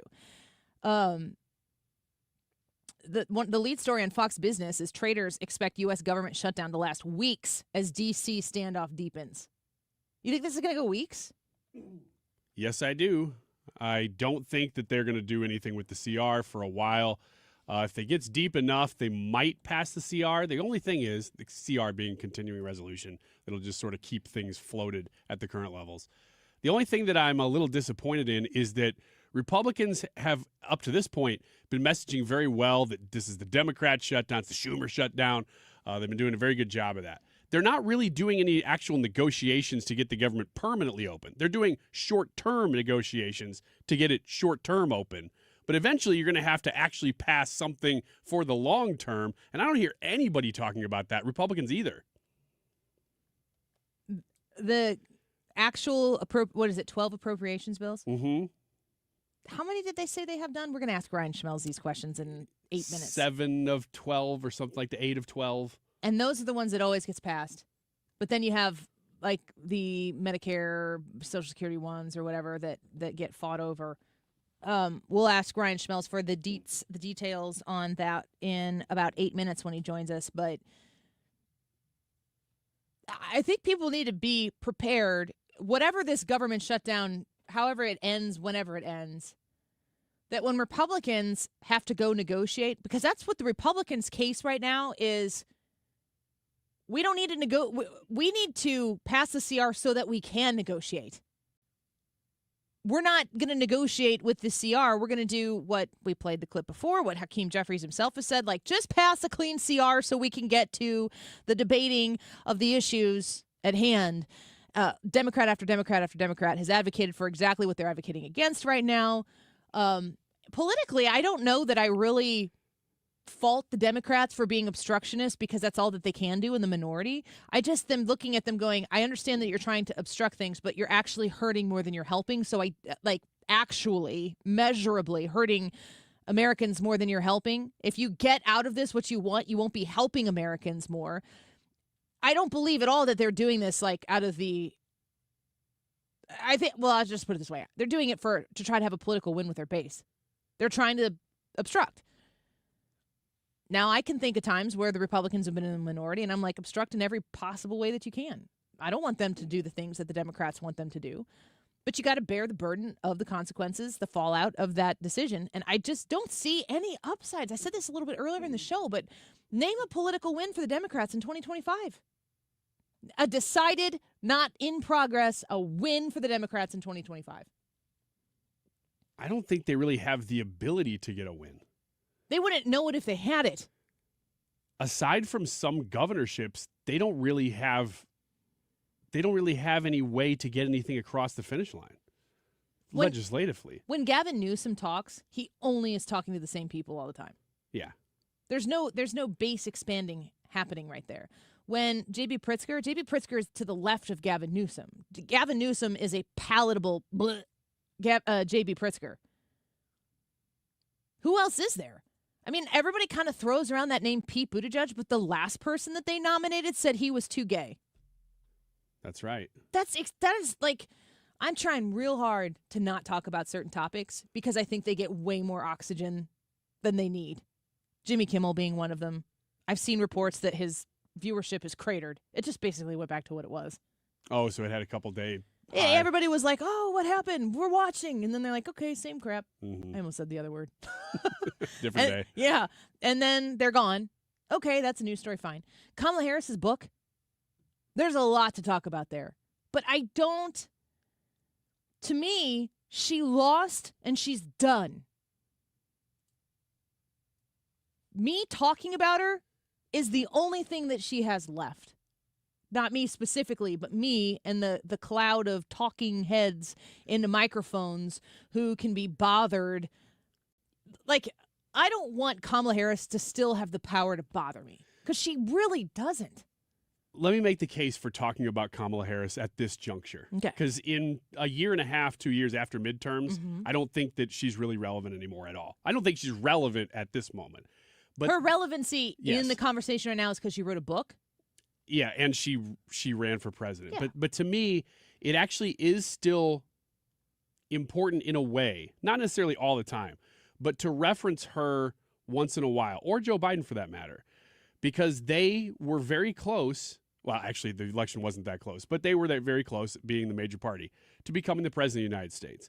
And so putting it in context of what Donald Trump does on a daily basis versus what she would be doing right now does matter, because it reminds me, it's not just about comparing Trump to Trump, comparing Trump against what he could have done differently in any given moment. It's comparing the binary choice between what Donald Trump is doing at this moment to what Kamala Harris could be doing at this moment. Why is everything with you always binary? I'm sorry. It just is. even that election was binary. Can't change your binary. You can tell. You're born the way you are. Yeah, but in the election, you had a choice between a man and a woman. Mm-hmm. That's my point. You're making it. And between the two, I think it's important sometimes to put the broader context into picture and say, I know, and the phallic context What? into. I don't even know what that word means. Don't Google it. Don't worry about it. You guys wanted to make it funny. That's fine. We'll go with funny. Because I have friends who will do this a lot. They'll criticize Donald Trump. Let's go to the YouTube chat. No. Jackie says, whoa. I'm with you, Jackie. Whoa. What just happened here? No, you're not still giggling. Knock that off. I'm not. Yes, you comment. are. You're enjoying yourself. Give me a break. I have good friends who are conservative in nature, but they never like the candidate. And I'm always like, dude, you have to remember, the candidate is never going to be 100% of what you would want. It never will be that way. Mm-mm. You have to make a binary choice between the two. Oh, gosh. You have to. He's obsessed. And and when you do, you're accepting somebody's faults along with their wins. But you have to pick which one you think is going to win more, which one's going to do better. And that is the reason to me to talk about Kamala Harris. I know that you are a huge supporter of hers, and I think it's time that you move on. Okay. You can pull phallic out of the context there and throw that in there. It's a but political your discussion. It's a political discussion. Let's take a break. Ryan Schmelz will clean up this mess. Are you going to stay here for this? Yeah. Okay. Ryan Schmelz, Fox News Radio, Capitol Hill, and White House correspondent. I'm going to try to sneak phallic into this. No, interview. don't. Get out of here. Go think about what you've done. Sit in the corner and take a breather. Your face. What do you mean your face? Your face. When I said that, your eyes got really wide. Well, it's like, what the heck are you doing? I have no control over this thing that has my name on it. Ryan Schmelz, please help. Next.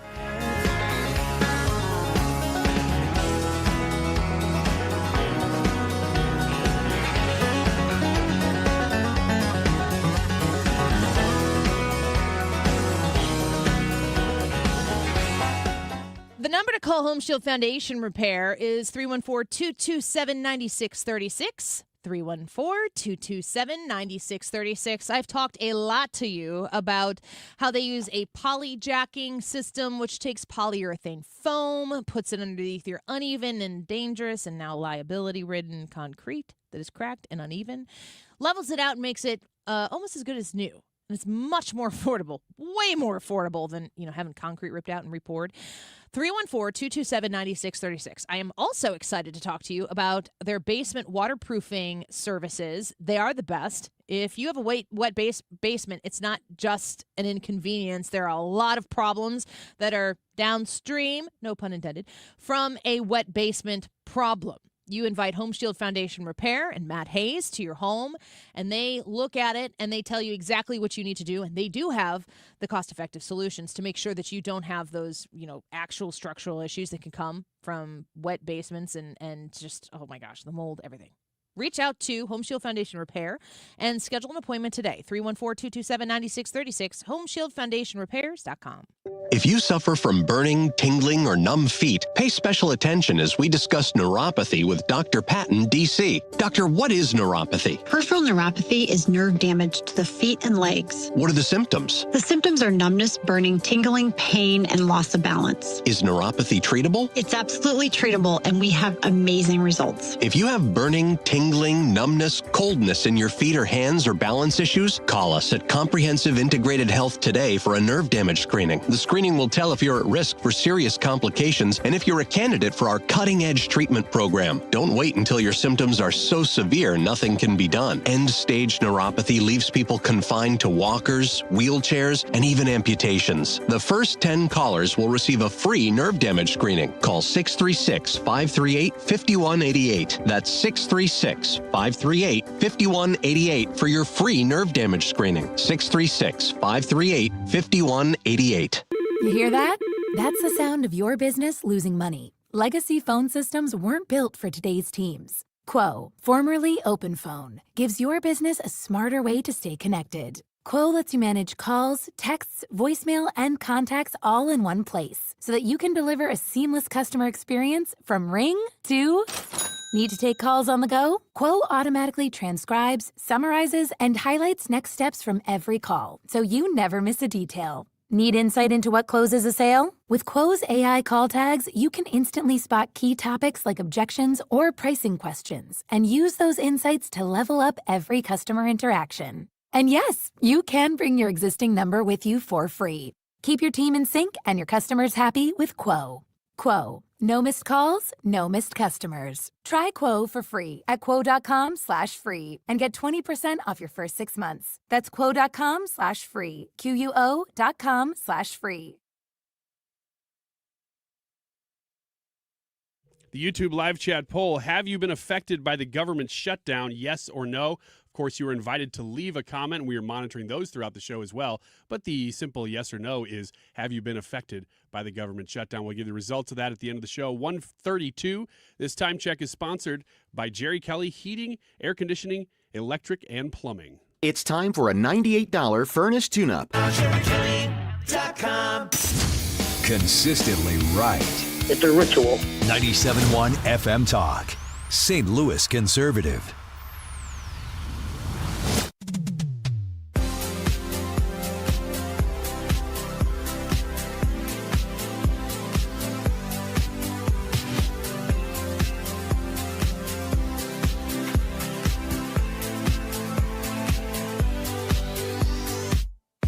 Welcome back to the Annie Fry Show. Our poll question for to you today is, have you been affected by the government shutdown, yes or no? And we bring Ryan Schmelz onto the show to give us the latest from Capitol Hill. He is Fox News Radio Capitol Hill and White House correspondent on X for the latest at Ryan Schmelz Fox. Ryan, welcome back to the show. Thanks for being with us today. Always great to be on, Annie. How are you? I'm doing okay. I'm reading here from foxbusiness.com, and it says hopes dim in prediction markets as traders bet government shutdown will drag on for weeks. Is there any viable off-ramp to the shutdown that you're seeing right now in discussions in Congress? There are a couple. Now, if they're going to lead to anything, that is the big question, because there is another plan tonight to have another vote on the Republican-backed spending bill that would extend government funding until mid to late November. Republicans need 8 Democrats total to vote for it. They've gotten 3 so far in previous votes. Can they get the 5th or the other 5? That's going to be the question. And we haven't gotten any indication anybody's set or going to flip today, but we could be wrong. You know, it's been a while since the last vote. They left town on Friday.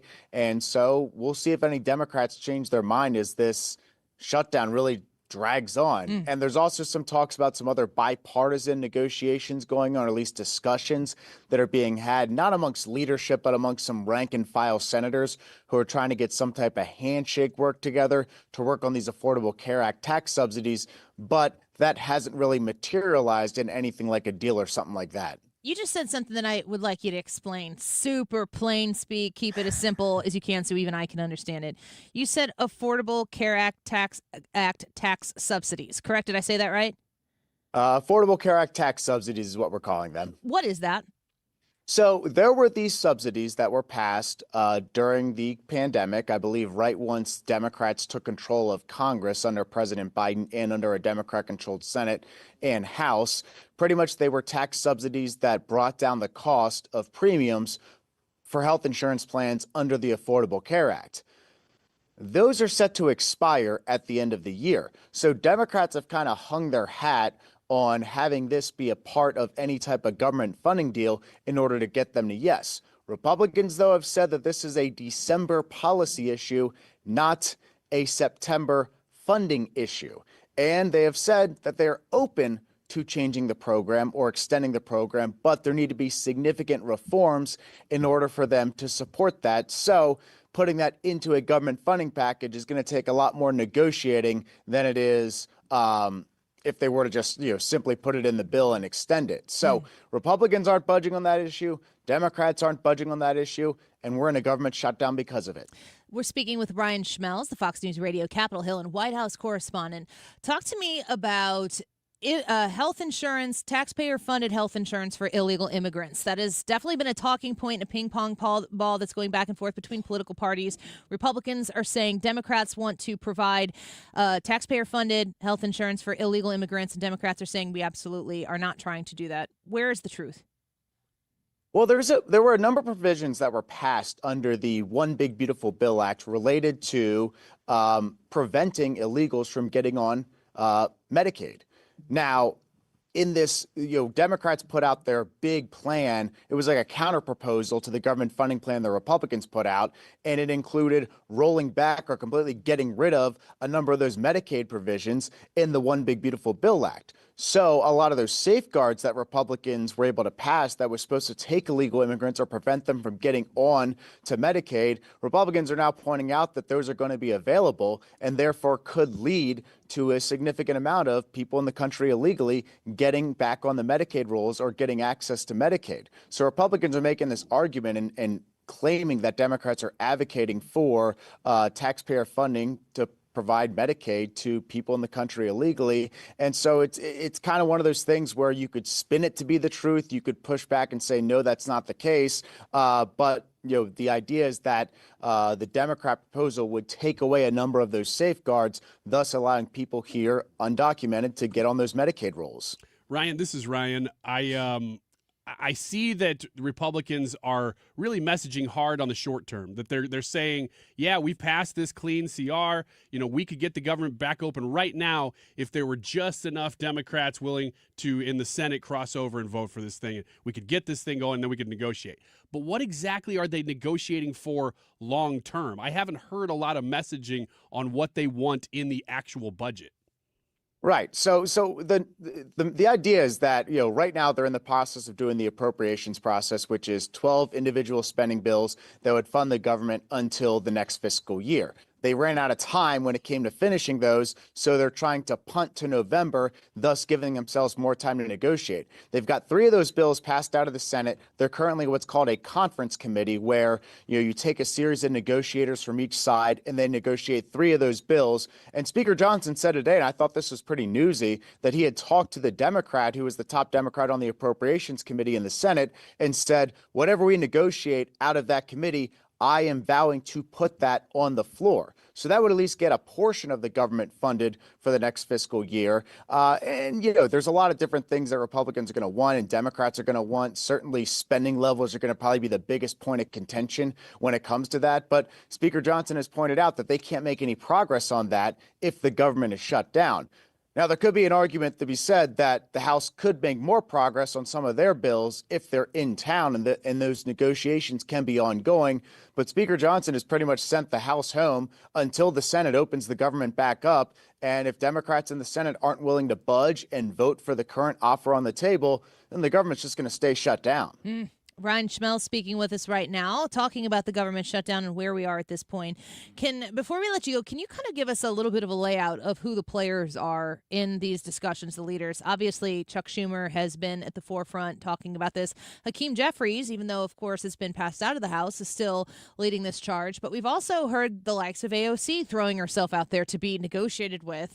I'm wondering who you see are main players in helping lead this to a place where maybe a deal can be done, who we might not have expected. Well, pretty much anybody who's in leadership is going to be somebody to watch because they're the ones who are talking and are going to ultimately be the main decision makers in this process. You're going to want to watch somebody named Rosa DeLauro. She's the top Democrat on the Appropriations Committee. Patty Murray out of Washington is the top Senate Democrat on appropriations. Watch for Susan Collins of Maine. She's the current Senate Appropriations Committee chairwoman. And also Tom Cole of Oklahoma, who is the Appropriations Committee chair. And then, of course, you can't rule out people like Andy Harris, the Freedom Caucus chairman, as well as some other conservative members, too. So there's a number of players here, but one that's kind of, I think, snuck up on people, too. And he's kind of been one of those who's in the forefront of the non-leadership talks going on in the Senate. Mike Rounds of South Dakota, somebody who obviously has a lot of sway with Democrats too, and is well respected on both sides of the aisle. He's kind of somebody who's been trying to at least facilitate some type of conversation outside of leadership that could lead to Democrats agreeing to reopen the government. But those talks he's been having haven't exactly turned into anything just yet. And, I'm thinking of names on the Democrat side like John Fetterman, who seems outspokenly independent in the way he delivers himself. Of course, he still is a Democrat and says he has no intention to change his party. And then, of course, on the Republican side, Rand Paul, who, when it comes to fiscal issues, 53 people in the Senate who are Republicans. If it's a budgetary thing, I'm not always counting on Rand Paul to support that as well. How do you see them factoring in and where these negotiations are moving? Well, Fetterman's one of the Democrats who's a yes, and he hasn't given any indication that he's going to not vote to break the filibuster on this thing. So, he hasn't really factored too much into conversations because Republicans have already gotten him to where he needs to be. Rand Paul is kind of somebody where you have to factor in the math by subtracting one Republican from the roll count because Rand Paul has been a no and he hasn't changed his stance on being a no. So if it wasn't for Rand Paul, you'd probably only need 7 Democrats to break the filibuster. But because Rand Paul has been a no, you need 8. Well, we will continue to watch and reach out to you, Ryan, as you are covering this on a day-by-day basis. We always appreciate you spending some of your afternoon with us. Thanks again for the update. Of course. Thank you, Annie. We'll talk to you again soon. Bye-bye. Ryan Schmelz is the Fox News Radio, Capitol Hill, and White House correspondent. Very good at what he does. Very well versed. How good would you be at that job to be able to go there? And he has, you got to know all the names. You got to know all the players. The things that we know for our job here, we know a lot of things that we would not have to know if we weren't in this business. I think that's with anything. But it's so fast-paced. We're in a fast-paced environment. It feels like that would be exponentially even faster. I did apply for that job. They got down to Ryan S, and then he got it. Ryan W would have been just after Was that. it just alphabetically he got you? Well, there was an order to coming in the doors, like a casting call. Mhm. And, they just go alphabetically. Mhm. And they got to Ryan S, and they said, well, this guy's the guy. And I was next in line. I kid you not. I was walking in the room. So you didn't even get an interview. You can't deny that he's more than qualified and way better at that job than you would be. Oh, no. There's no way I should have gotten that Imagine job. if you were there and he were here and we were calling you for the updates. Yeah. That wouldn't happen. Oh, that's a scary thought. That wouldn't happen because it would suck. It would happen once. we would last one time. Corporate would get involved and they say, I don't think so. Let's be real though. If we had a guy who was covering Capitol Hill the way you would cover, we'd probably love it. Maybe. Only one way to find out. You don't want to do that. Let's go to DC. You would just be making stuff up as you go. Sort of. Kind of like I do here. Yep. You'd have to have It's based in on something. all of your social media accounts at the very end the word parody listed. All right. How about Wiggins America next? Yeah, It let's is do your that. world. We're just living in it. Right here on the Annie Fry Show. Coming up. Don't go away.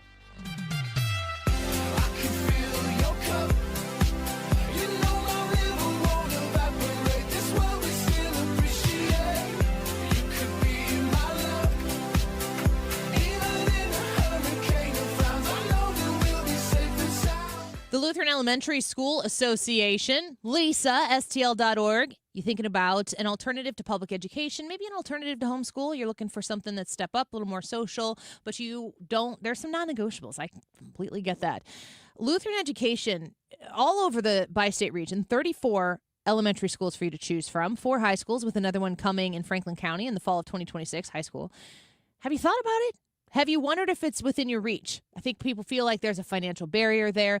I bet you would be shocked at the affordability of a Lutheran school. And when you go to LisaSTL.org, Lisa with an E, L-E-S-A, STL.org, when you go to LisaSTL.org, you're going to find out about the availability of tuition assistance. We here on the Annie Fry Show have a Annie Fry Show scholarship that we funded through your support, and it's got over $27,000 in it to ensure that kids around the bi-state region can go to a Lutheran school, that the affordability isn't a barrier that keeps them out of the ability to have an incredible education and the opportunity to learn about Jesus every day. That's what it's about. That's what it's about for my family. That's where my kids attend. They go to a Lutheran school, and I would love for your child, for your grandchild to have that same opportunity as well. Learn more at LisaSTL.org. You're listening to 97.1 FM Talk in St. Louis for 25 years this month. Thanks for being a part of a quarter-century of engaging local talk. 97.1 FM Talk, St. Louis Conservative. We, without hesitation, recommend that anybody work with ThrottleNet. The experience will be as good as it's been for us, for anybody, because you'll get a true partnership and you'll be able to rest easy that you're going to get the service that you need while they're also doing all those things that you don't want to have to think about, that you don't want to have to worry about. They're always doing that in the background for you. Don't wait for your next IT crisis. If your business depends on technology, you need a partner that's got your back. Contact ThrottleNet.com to get a free IT evaluation and see how we can support your IT everything. If your kitchen's not even functional and you can't stand the look of your bathroom, stop just living around the problem. Let Lakeside Renovation and Design help you love your home again. From spa-like bathrooms to these beautiful, functional, custom kitchens to a finished basement, their in-house team over there at Lakeside, they're going to help bring any vision you have to life. They're going to walk you through every step of the process, the planning, the permits, all the things we don't like to do. They take care of it. You just have to dream. And they have financing options like 0 payments, 0% interest for 24 months. Schedule your free consultation today. It's lakesiderd.com. Baseball is all about stepping up to the plate when it matters most. And when you've been injured, you need a heavy hitter in your corner. At Morgan & Morgan, we don't back down. We fight to get you every dollar you deserve. No curveballs, no strikeouts, just results. That's why we've recovered over $25 billion for our clients and fight for them from offices nationwide. Morgan & Morgan, America's largest injury law firm, proud sponsor of the St. Louis Cardinals.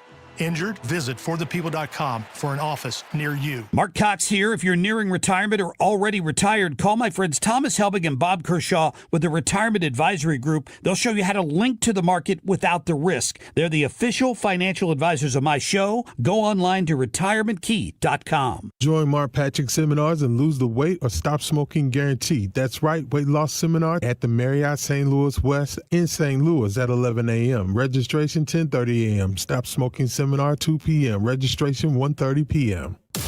Rooted in faith, grounded in family. This is the Annie Fry Show.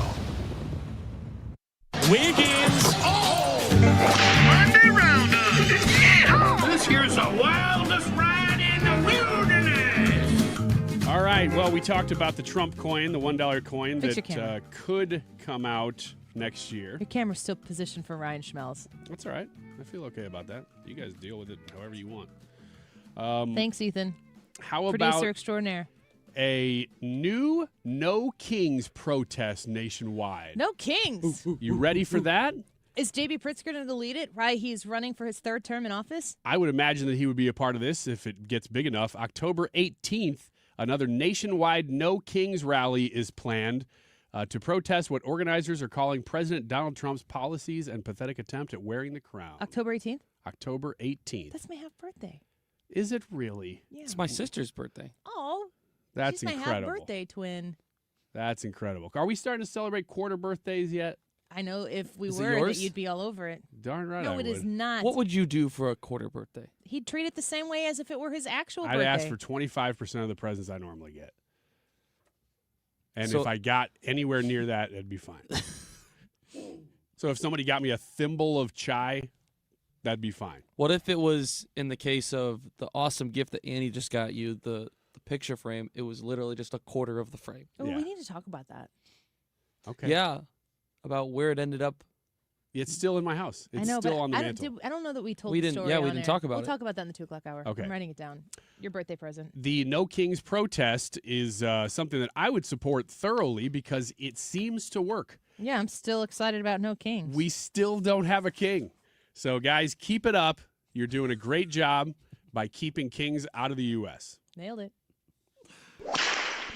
There we go. All right, let's talk about a possible rebate check that Trump is floating right now. Between $1,000 and $2,000, he says he's floating the idea of giving Americans stimulus checks based on revenue from the tariffs. He said that on One American News this weekend that it aired Thursday, Friday, that he is considering offering Americans checks from the revenue worth somewhere between $1,000 and $2,000, depending on how much we end up with at the end of the year. I think it's like per taxpayer, and there's children are counted in this as well. So that could be a pretty big check. Yeah. If you have a big family. Yeah. That's why I had all those kids. I want for the this government. moment. I want the government handout. Yeah, I'll finally feel like I got ahead financially. Yeah, and I will say that this Axios article does mention that they've talked about the same thing with Doge checks. I really think that that's the direction to go here. The tariff-funded checks are, I think, right now a PR move because the tariffs are going to be going to the Supreme Court soon and his ability to levy them. So he's trying to, of course, make them more popular. But I would really like to see It's Doge not all checks. tariffs that are going to the Supreme Court. Isn't it a specific case? I think it's certain types of tariffs that it has to do with the motivation of the tariff, but then you're getting into some weeds Yeah, there. but I don't think the tariff strategy as a whole is going in front of the Supreme Court. I think the it's essence of the tariff. Thank you, Yes. Ethan, Yes. for being here today. Go to our legal department, Ethan Hannaford. Which What I one? do. Which one do you think is a better move, or either or? Would you say that tariff dividends or Doge dividends is a better idea? The tariff implementation in Donald Trump's intention, as he has articulated it, it could potentially replace the income tax for households that are people who earn $200,000 or less. And I understand people saying that, like, we need to pay down the deficit or the debt, I should say. I understand that. But I think that the American people, I think that these types of checks, one way or the other, is a smart move because it is a very definitive statement that this was your money that we took. And the Doge instance is more of a, we took money of yours that we shouldn't have taken. Yes. Here it is back. Like, you're entitled to this first. Now, if you want to pay down the debt, check this box here and we won't send you your check. Because I don't know anybody who's out there saying, no, we should pay down the debt, who, given the opportunity to check that box to say, well, you can send mine to the debt. Nobody's checking that box. I think we need a mentality shift for voters and taxpayers in this country to understand that that dollar belongs to the people who made that dollar, and then it is taken from the government to do these types of things. Tariffs are not dollars that are taken from the American people. A tariff is a dollar that's taken from a foreign country and then given to the American people. So that's actually more of like a government program than a Doge check would be. So I think the Doge check is more along the lines of returning the American people their money. So the intention of doing that, to me, can reset the table for, oh, wait a second. You're telling me that if the government doesn't take as much money that I get to keep it? Yes. Mentality shift. Tariffs are different. And I would love to get to a place where, because the tariff money is coming in, I get to keep more of my own. But I think that there's an easier connection to be made on a Doge check than there is on a tariff check. You just articulated my point exactly, because not only all that, but I'll just add to that, that think about if you were telling America this whole year, and every year of your presidency for that matter, that at the end of the year, however much we've cut from government, you get it back. You get a piece. Not only does that get America on board with cutting the government more, everybody be excited. Yeah, furlough, cut these jobs like crazy. That's all money coming back to me. Everybody be excited about it. But then at the end of the year, you get that dividend, and the government saves more money because it's not just a one-time thing. What if that money goes into an account like they were doing the $1,000 for the babies? What if that money goes into an account for you, and you can withdraw it after a certain amount of time? If you withdraw it soon, maybe there is a tax penalty on it. But, like, I don't know. I feel like we need to start offsetting the responsibility of the government to fund Social Security. We're going to be so screwed, not because the money's not going to be there, but the people making the money younger than us, there are going to be so fewer people. Boomers are the hugest generation, and the amount of people making the money right now to fund the retirement, like the money that comes out of my check that goes into Social Security, does not pay for my Social Security. It pays for the people who are drawing on Social Security right now. And when you have more takers than makers, and yes, those takers, don't hear me say something I'm not saying. The people who are the takers now were the makers before. So they were handing over their hard-earned dollar to people who are taking it before them. But the biggest generation is going into becoming takers now, in large part. And the makers are going to be fewer and fewer. what if it's an insolvent right now, what's it going to be in 20 years when we're asking to get out what we put in? So any of these instances where our money can be, first of all, I'd like to keep it myself. Only take the money that I need for the basic tenets of government, which is to provide for the safety and security of the American people, to provide infrastructure that is of public use, and also to provide for a fair and just system, basically the honoring of contracts between people. The three tenets of government that I consider to be important. Ethan, if we're going to 57, I'll share these figures really quick. This year, Doge says that they've saved $214 billion. I just did the math while we were talking there. That comes out to about the same as Trump's saying about these tariff dividends.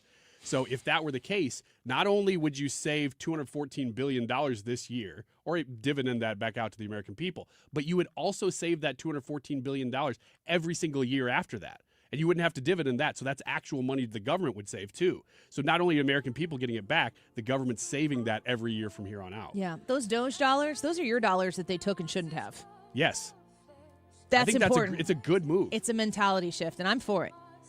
And put a box there. Let people check it if they want to put it to the debt. Yeah. 2 o'clock hour next. Don't go away.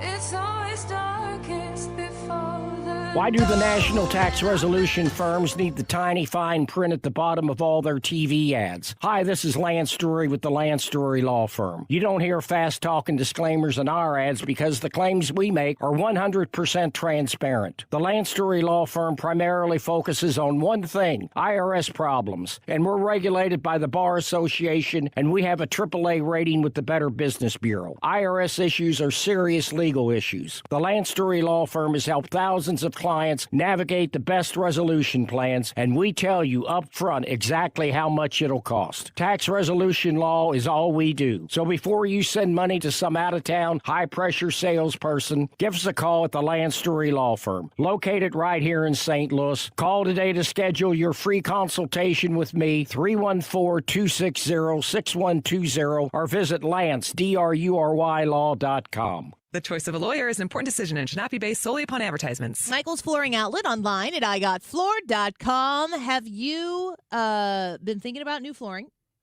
Transitioning from carpet in your home to sleek, beautiful, easy to keep clean hardwood look? What kind of hardwood are you going to invest in? Well, there are a lot of options. Technology in flooring is pretty fantastic. So how about that TechWood Plus line of flooring? Now, they come in wider, longer planks, cleaner grades. They also have the Ultra Wood line. It's easy to install. It comes with a Wet Protect waterproof hardware. It's going to last. It's going to be in your home where, you've got kids making spills. You got dogs and cats, stuff happens. And you don't want to be like mad at them every time life happens on them. You invest in flooring that's going to stand the life that you're going to live on it. Michael's Flooring Outlet has so many options for you. Just find them online. They got 3 locations in St. Louis, but they're online at igotfloored.com. KFTK FM Florissant from the Kaufman Townsley St. Louis's Injury Lawyers Studio. Call 314-500-5000. That's 314-500-5000. All on the free Odyssey app.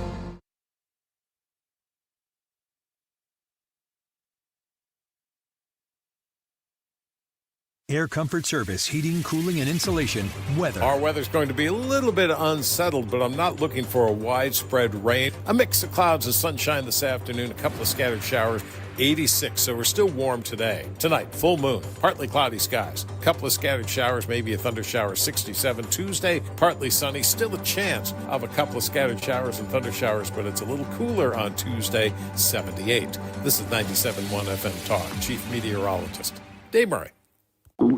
Oh no, stomach issues again? Stomach issues? Who are you? Your pancreas. I could be the real reason for your diarrhea, gas, bloating, stomach pain, or loose oily stools. I thought it was my stomach. People often do, but any of these symptoms could mean having a condition called exocrine pancreatic insufficiency, or EPI. With EPI, the pancreas doesn't release enough enzymes to break down food, but EPI is manageable. Use the symptom checker on identifyepi.com and speak with your doctor. That's identifyepi.com. Sponsored by AbbVie. Hey, listen to this. All I needed was a new starter. Got a great deal on eBay. Did it myself. Yeah, that's cool. But how about the soft purr of an upgraded exhaust when it fits just right? For me, it's the little things, like these new windshield wipers from eBay I installed.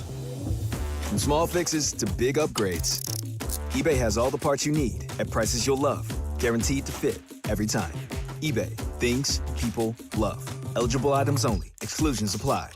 TheDiamondShop.net. I just got a message today from your very, very lovely Sue Thomas. And she said that she went to the Diamond Shop for something particular. I can't remember exactly what the details was. But she went there because she was looking for somebody who could do a particular type of jewelry service. And she was just raving about how great they were. And she wanted me to know that. And that she went there and had this experience at the Diamond Shop. And she wanted you to know that she recommends it as well. They are wonderful to everybody who walks in the door. It doesn't matter if your budget is huge or if it's tiny or if you're looking to have jewelry repaired or maybe something appraised. You want to, sell gold, whatever it might be. The Diamond Shop has a whole host of different things that they do. But when you need a jeweler, you want somebody you can trust. And the Diamond Shop has been that for my family, for so many friends and family that I have talked to over the course of time. It turned out Ryan Wiggins bought his engagement ring years ago for his wife at the Diamond Shop. They've just been around for so long. So many people who have come across the Diamond Shop know that this is the place to go when you want great, honest service and really beautifully stunning products. You can learn more about them online at thediamondshop.net. The Annie Fry Show is sponsored by Air Comfort Service Heating, Cooling, and Insulation. Air Comfort Service is celebrating 56 years of residential and commercial service, maintenance and installation, and heating and cooling systems. Get in your comfort zone. AirComfortService.com. Annie Fry, Ryan Wiggins, Brad Ring. That's us. That's right. Gotta love this American ride. What do you want from me? I'm not America's sweetheart. For goodness sake, kid. Keep your voice down. Your father's listening to the radio. I'm not America's sweetheart. This is the Annie Fry Show on 97.1 FM Talk. A man that everybody loves. He was my doctor in the White House, and I got to know him very well. He was also the doctor for Barack Hussein Obama. Have you heard of him? And he was the doctor for a man named Bush. And at a press conference, they asked him, who's in the best shape? Who's the healthiest? Who's the strongest? Who's the best physical specimen of the three? He said, that's easy. President Donald Trump. And I said, I love this guy. I love him. Who's the best physical specimen? Donald Trump. It's President Donald Trump, who happens to be standing right in front of me. I'm going to say him. That was like Donald Schwarzenegger. Imagine if you just said Joe Biden. It was a combination. What would Trump have done? It was a combination Get this guy out of here. of Anthony Fauci and Arnold Schwarzenegger.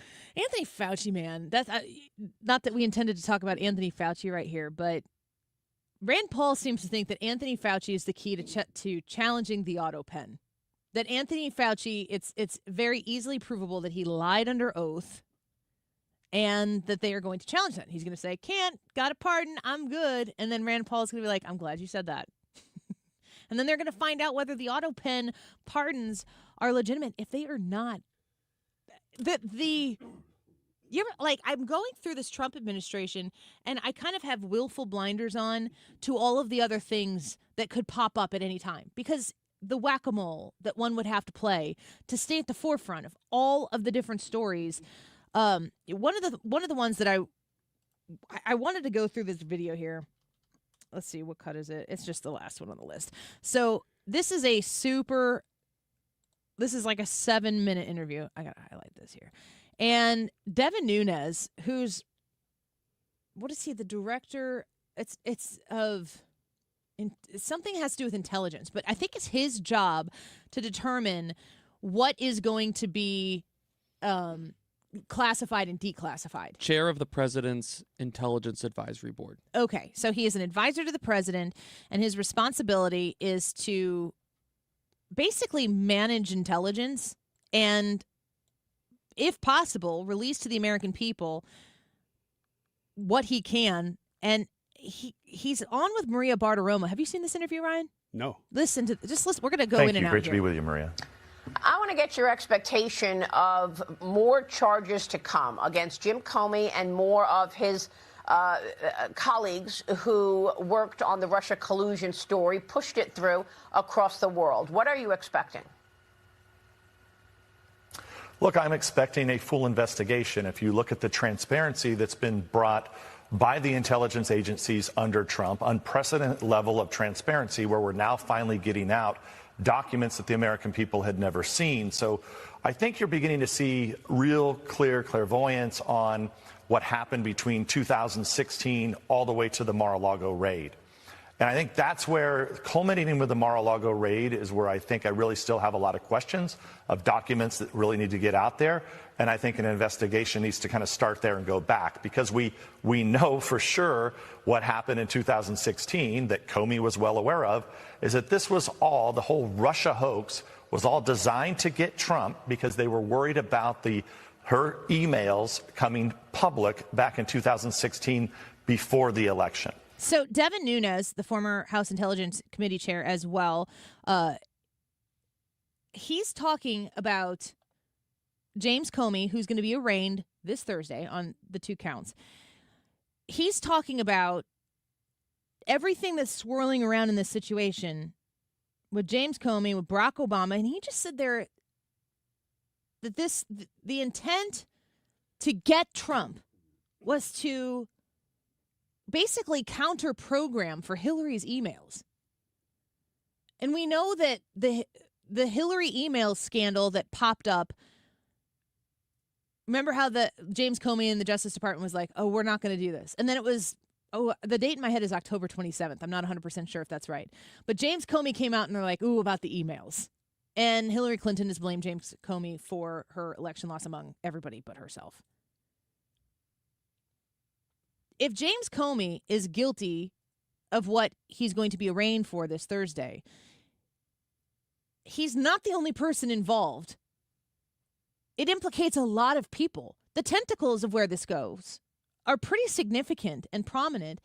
And the way they talk about this, it's as if this is the beginning of an investigation that is going to carry really, really significant developments, and maybe even rapidly so. And they really talk like they have the evidence to back it up. So I think we have real clairvoyance there, Maria. You've covered on your show for many, many years. Where we still are missing information is, how was Jack Smith appointed to go after Trump in 22? Who decided to raid Mar-a-Lago? What documents were they looking for? These are all the questions that still remain to be answered, and I think where the investigators need to start from there and go back. What is different about grand conspiracy? What does grand conspiracy tell us if, in fact, they are able to put the puzzle together that, yes, this has been a conspiracy since 2015? Well, I think you just have to answer yourself the common sense question is was it a conspiracy or not? And clearly, unless you've been hiding under a rock somewhere, this has been a conspiracy to weaponize the U.S. intelligence agencies against the most popular Republican since Ronald Reagan, and that is President Trump. He became very popular in 2016, was a popular president, remains popular, was reelected president. It was all designed to target and take down one of your political enemies, so much so that they actually raided his home. A private home of a former president at that time. I mean, these are not things that allow a republic to be in a situation where it can withstand the long run if you have intelligence agencies that are effectively working with the fake news, working with nonprofits, all to benefit one political party. And that's what you've had. So it was a conspiracy. It is a conspiracy.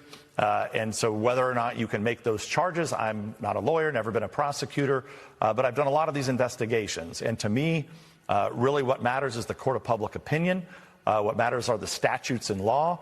And I would, from my vantage point, it's pretty clear that there was conspiracy on a number of fronts.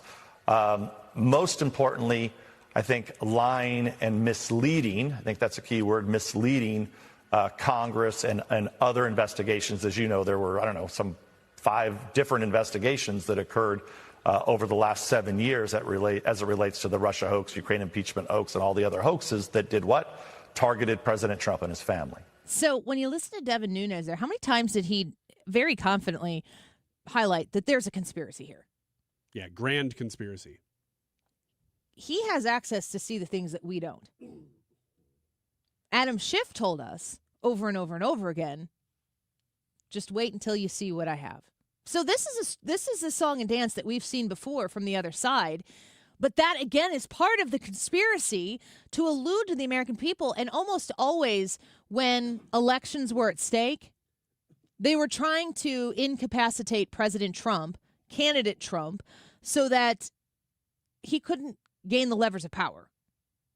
And when they failed at it, they had to double down on it. And everything that the American people know about Donald Trump is through the very initial lens of Russia collusion. Everything. How much have we been lied to? And Devin Nunes there, so, Adam Schiff was full of Schiff when he was telling us repeatedly that, when what I've seen comes out, the evidence is there, the developments are unbelievable, over and over and over again. Basically, Adam Schiff continuing saying, trust me. Do I look at Devin Nunes and if he's saying, trust me, the grand conspiracy is there, do I trust him? I actually do. But I'm putting the faith and confidence in him. He's a Republican. He's on my side of the aisle.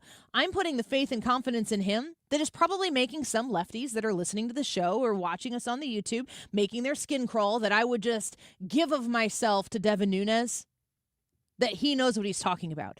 Folks, you've been there for 10 years. You've been doing this exact thing for 10 years, and they never gave us a shred of evidence that suggested that what they accused Donald Trump of, that he was guilty of it. He almost lost his life because of it. It all goes back to the idea that Donald Trump, as a candidate for the presidency, was willing to steal the election from the American people with the help of Russia. That's what we're supposed to believe. That's the entry-level Trump 100 level class that you're supposed to take to understand about this man before he ever became the president. And then he got to be the president, and he did some really awesome things. The American people liked him a lot more than they thought they would. You know how we know? Because he got more votes in 2020 when he lost than he did in 2016. Under the duress of an agenda-driven, Trump-hating media, he still managed to get more votes in 2020 than he did in 2016. And then you go to 2024 when he has to run again, and he wins the popular vote. He wins every swing state. All of this in the face of all of the lies, all of the deception that we listen to Devin Nunes here say is a grand conspiracy. I hope the whole thing comes crumbling down. It seems like what Nunes is saying is that it's going to be pretty easy to show conspiracy. They have him lying. They've charged him with giving false statements and obstruction of congressional proceedings. Those are the two charges. And so they seem pretty confident that they have him on those things. Can they get him talking about those things with others or directing them to be a part of them? That's where the conspiracy would come in. Devin Nunes seems pretty confident of that.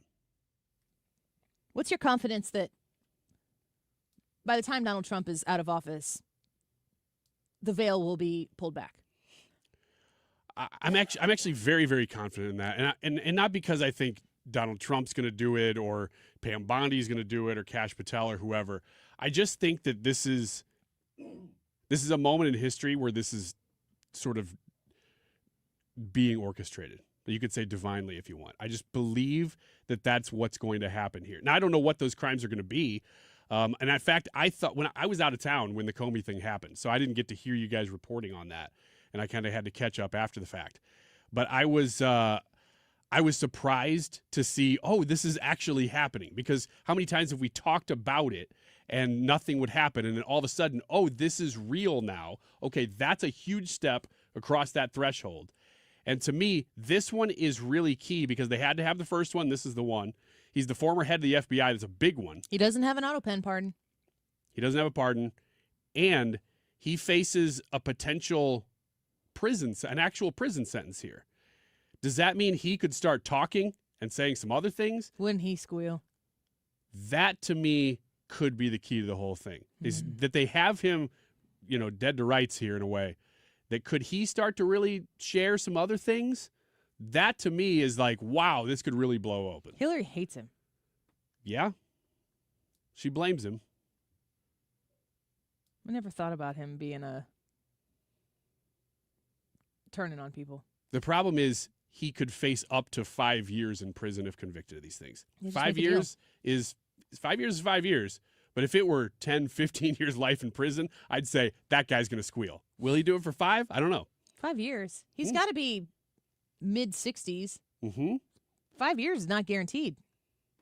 I agree.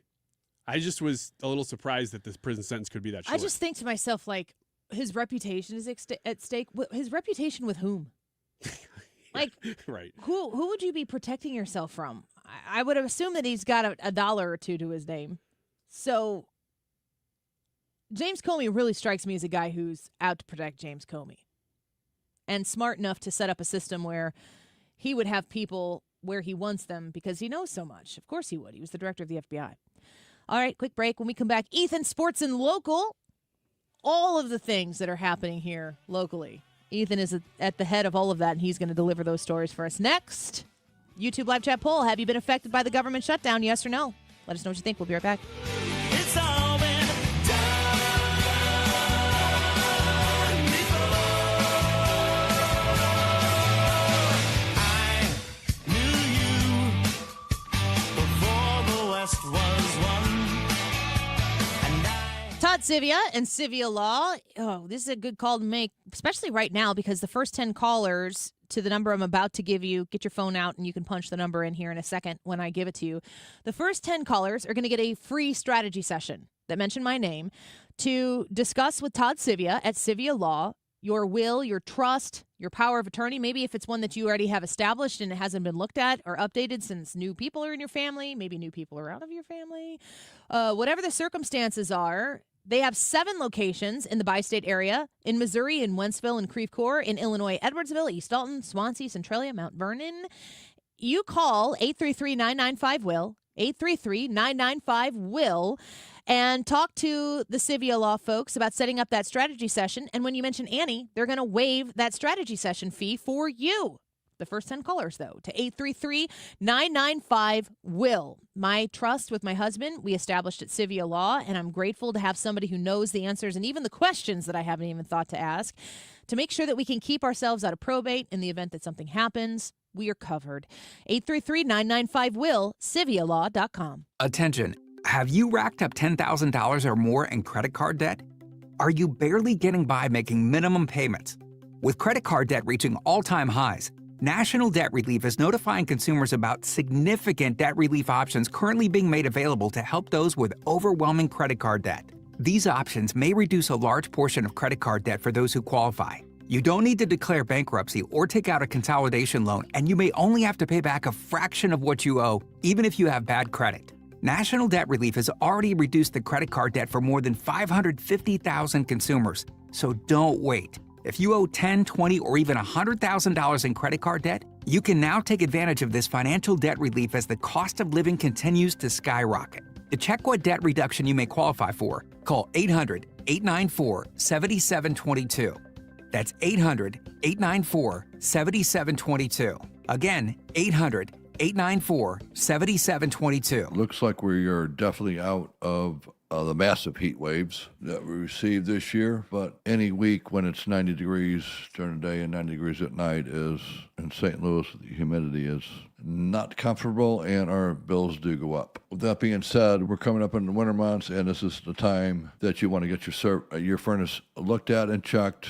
It's inexpensive to have it looked at for your peace of mind. And this is also the time of the year where you'll hear during your furnace checkups that you have a bad heat exchanger or you need a new furnace. Call me if you hear that for a second opinion. You'll be happy you did. And it's one easy number in Missouri and Illinois. It's 314-293-2600. Or on the internet, Bart Inman, now that is Bart with a B, Inman with an I.com. And God bless. Protect your liver and give it the support it deserves by making Active Liver from New Nordic part of your daily wellness routine. Find Active Liver in stores at your local CVS, Meijer Grocery, or online at Amazon or at newnordicusa.com. You're listening to The Annie Fry Show on 97.1 FM Talk, St. Louis Conservative. Hold up. Check it out. Sports and local. Little Donnie's Daily Chore. Is that a new one? I don't know if I've heard that one. No, that one aired at one point. I might have been Little out of Donnie? studio. That's you. Why? I don't know. Why is that me, Ryan? Why am I Little Donnie? I don't know, Little Donnie. Help me understand. I don't think that's possible. I don't think you can understand. I don't either. What do you got? Well, it is Monday, which means that it is time to recap the sports that we saw in the area over the weekend. The Missouri Tigers, they had a bye, so there's absolutely nothing to discuss regarding them. But the Illinois Fighting Illini, Woo! They win again. They defeat... I-L-L. I. Thank you. Good job, Ryan. They defeat the Purdue Boilermakers 43-27. The Illini moved to 5-1 now with the win. And they also moved from 22nd in the rankings to 17th. So a big jump for Illinois. 17th? Yeah, 17th. Well, there were so many ranked teams that lost in college football this week that anyone that was ranked lower than like 15 basically jumped 5 spots. It was a very hectic weekend in college football. Also, fun fact for you, Purdue now has lost, let's see, how do I say this? The last 11 Taylor Swift albums that have come out, Purdue has lost every single one of those games the week that a Taylor Swift album The point drops. when you couldn't figure out how to say that was the opportunity to just not. Did they useful track information, every Annie. team or just Purdue? I think at some point someone realized that there was a trend happening with the Boilermakers. Oh. The Cardinals are 8-0 notices in that? weeks that was in the game notes this year for the Cardinals. They are 8-0 on days that Taylor Swift albums drop. I hate sabermetrics. Is Taylor Swift, most artists, Taylor Swift, she's a singer. they go through this arc where they're starting to get popular and then they get really popular. And then depending on how good they are, they stay at the top of that plateau for quite a while. She's clearly stayed there for quite a while. Mm-hmm. Aerosmith was another one that stayed there for 3 decades. Very rarely does an artist stay as long as these guys are. Does she ever have a drop-off? I mean, she's kind of past the era when she did the teen thing. Taylor Swift is Michael Jackson icon status. She's there. Clearly. There's no coming down. Clearly. Even if she had a meltdown, Michael Jackson had a meltdown. Yeah, but at some point, Michael Jackson, good comparison, because anytime he released a single, it was a major event. Michael Jackson did it. You have entered the forefront. Yeah, it's going to be a #1 single. Yeah. Everybody's going to know the song, even if it stinks. Is she that way for the rest of her life, though? Yes. Because Michael Jackson, at some point, even when he would release a new song, toward the end of his life, he wasn't releasing as much. He wasn't doing as much music. He was just a celebrity. But she continues to release albums. He released an album. I think it was my senior year of high school, maybe. There was a song on that album I really liked. I can't remember. But that would have been early 2000s. Yes, but didn't he die like Maybe in the 10 years in the after that. yeah. I mean, I don't think he was not. I think he was unwell, obviously. But I don't know who is like Elton John. Taylor Swift is Elton John status. Okay. She is. I don't think there's anybody who is bigger than she is, but she is as big as the biggest. I just wonder if there's ever going to be that point where she hit, like Katy Perry did this. I mean, every artist does this. They at some point hit a moment where they release an album and everybody goes, kind of done with that. Doesn't sell great. Nothing that Katy special Perry about hasn't it. been as successful as Taylor Swift for as long No. to be able to be in that conversation. But I just wonder if that is ever going to come for her, because every time she comes out with something new, it's the biggest thing in the world. I think her imprint on music, on pop culture, I think her business acumen, the fact that she owns everything she does, she's in control of everything she does, all of that factors in to her having made an undeniable imprint on all of those industries that if she quit now, her star would not fade. The music is also, it's still good too.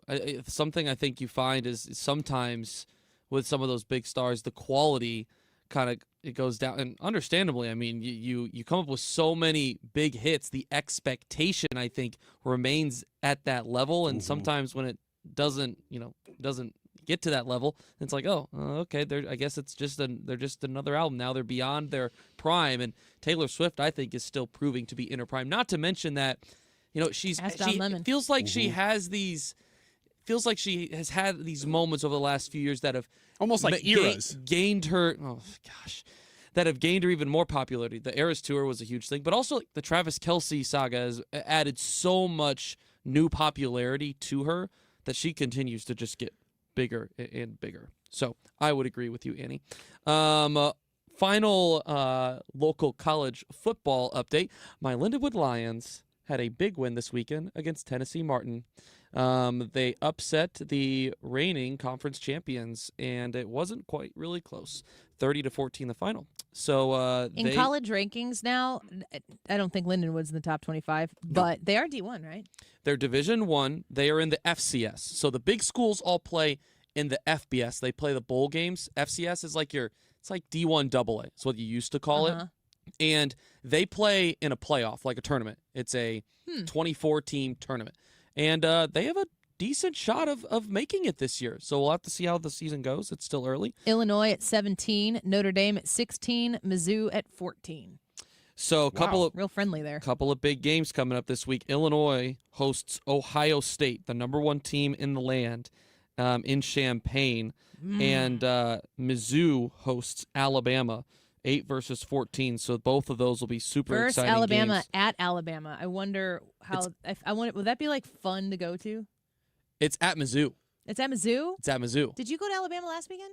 No, I'm going to Mizzou this weekend for the game. I thought you were going to Alabama. No, Alabama beat Vanderbilt at Alabama this. So you're going to the Mizzou Alabama football game, and you will be wearing what? I will be wearing my Derrick Henry Crimson Tide jersey.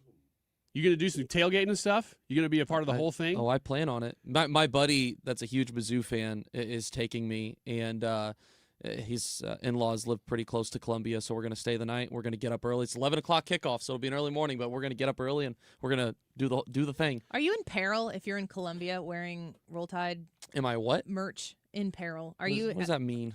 In trouble. Never heard that word wow, before. 2 words that we've had to explain to Ethan today, both starting with P, but quite different coming from Ryan and myself. Do you want to know what the other one was, audience? No. Phallic. Don't say it! I've lost control. I never had it. And that was your word. You know who had a great tailgate culture? Was the Milwaukee freaking Brewers. Really? They had because they're the best team in baseball. Yeah, but it was so cool when we went up there to watch the Cardinals a couple weekends ago to walk around that parking lot. I mean, it was the event. Were they super nice? They have that Midwest nice thing going on in Wisconsin. We wanted to get some pictures outside the stadium just to show that we were there, and it's a cool looking stadium and stuff too. So we walked up to the only guy in a Cardinal shirt that we could find, just because we're like, well, I know you're not going to run away with my phone. And he's like, ah, ha, ha. He took our picture, and then we got into the stadium, and that guy was in the dugout. I don't even know who he was. Is he a player? I don't know. Maybe. It's Ryan Braun. It was Braun. Ali Marmol. In the Cardinals dugout? In the Cardinals dugout. Oh, is that Ryan Braun? Yeah. Anyway, awesome culture up there with that baseball team. Brewers Cubs series. Who are you rooting for? Brewers. Just having been there. Did you see the petty thing that they did this weekend with in Game shade? 1 with the shade? Their roof can the Brewers. open and close. Yes, yeah. The Brewers. And they opened it to where the field was entirely in the sun except for their dugout. Really? Yes. Can you do that? Yes. Yeah, apparently. No kidding. It was hilarious. That's amazing. They ended up winning like 9-1. What's more petty, that or walking somebody who needs a single for the cycle? No, totally the shade. That was the dumbest thing ever. Was Ali Marmol intentionally putting what's his face? What was his name? From the Cubs on first base. Michael Bush? I think it was Michael Bush. Was that Bush League? No, that was not Bush League. The Cardinals game was still in. The Cardinals were down by 4 runs in the 7th inning. No. So it was. How long ago was it? Was the second last game of the year. Cardinals Cubs. The Cubs are up, I think, 7-3 later in the game, 7th or 8th inning. There's a runner on second base. The pitch before. How many outs? There's I don't know. I don't remember.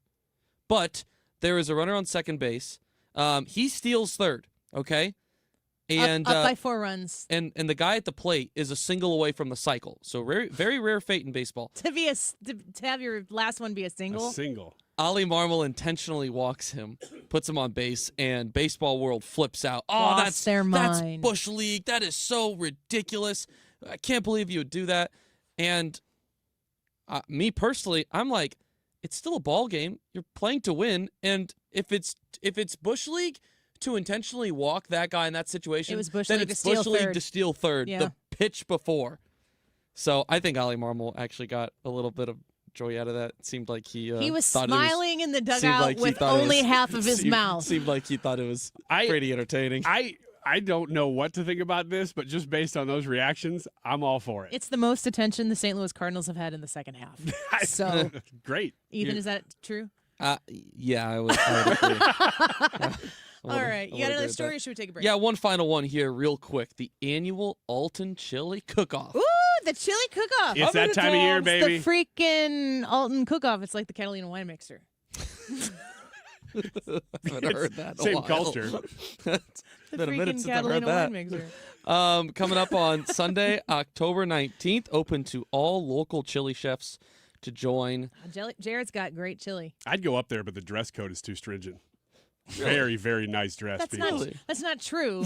I don't want people to not go to this nice event because Ryan's making crap up.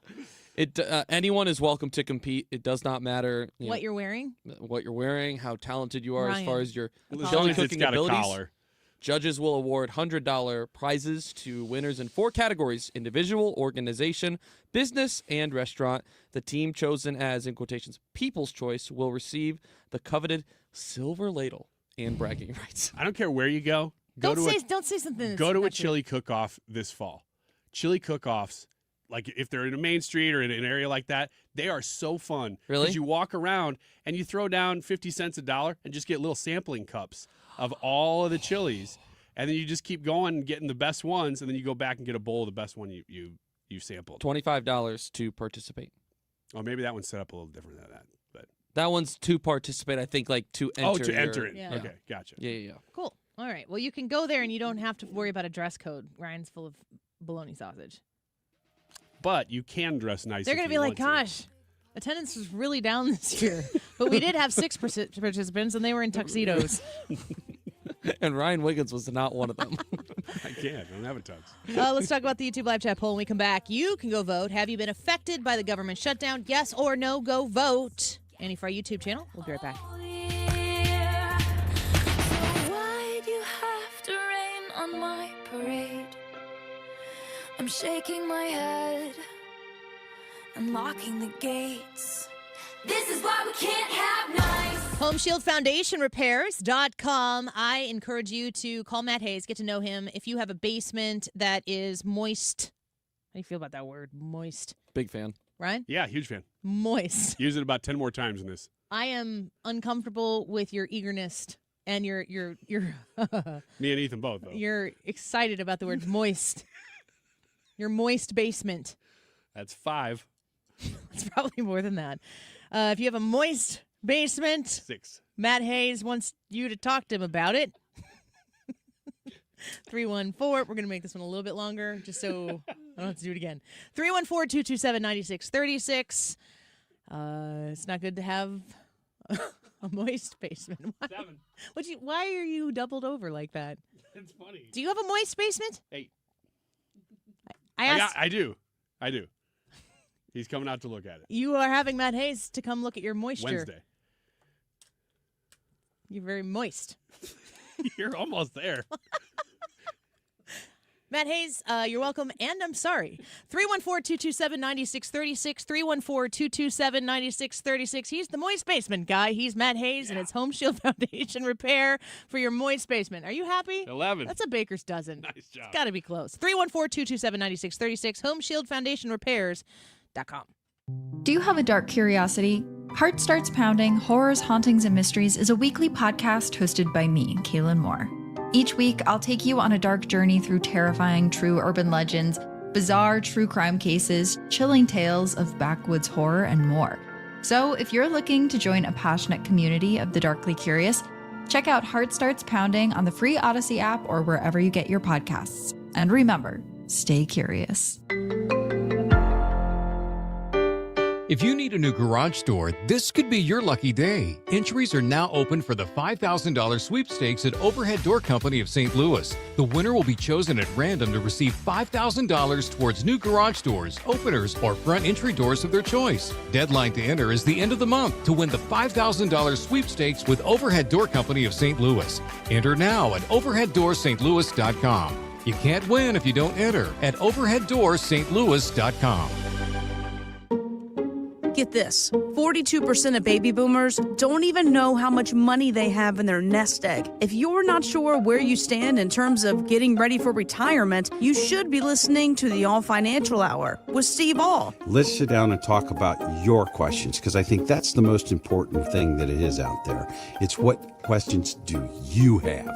Tune in to the All Financial Hour with Steve All, Saturday mornings at 6, right here on 97.1 FM Talk. I met my wife in law school at the University of Florida. She was from upstate New York and I was from Kentucky. We met at a daily mass at St. Augustine's. She was the most beautiful girl I'd ever seen in my life. After communion, I followed her out of the church and got her phone number. The rest is history. I'm John Morgan of Morgan & Morgan.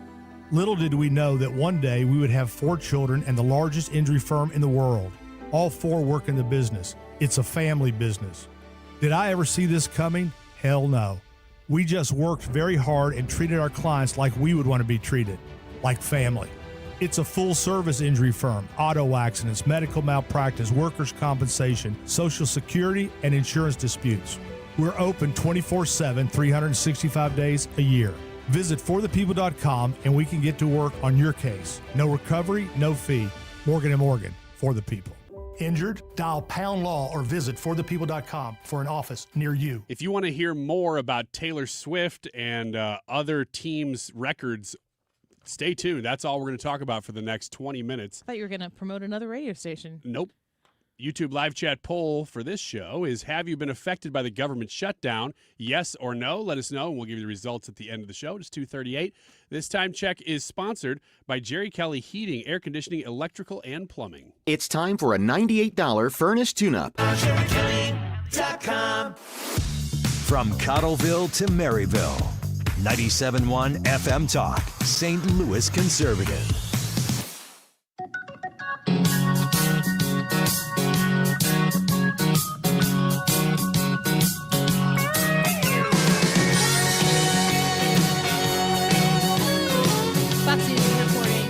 And Hamas have begun indirect peace talks in Egypt. We've had several conversations. Trump meets Putin in Alaska, and everyone's like, oh, is that going to end the war? And we're not.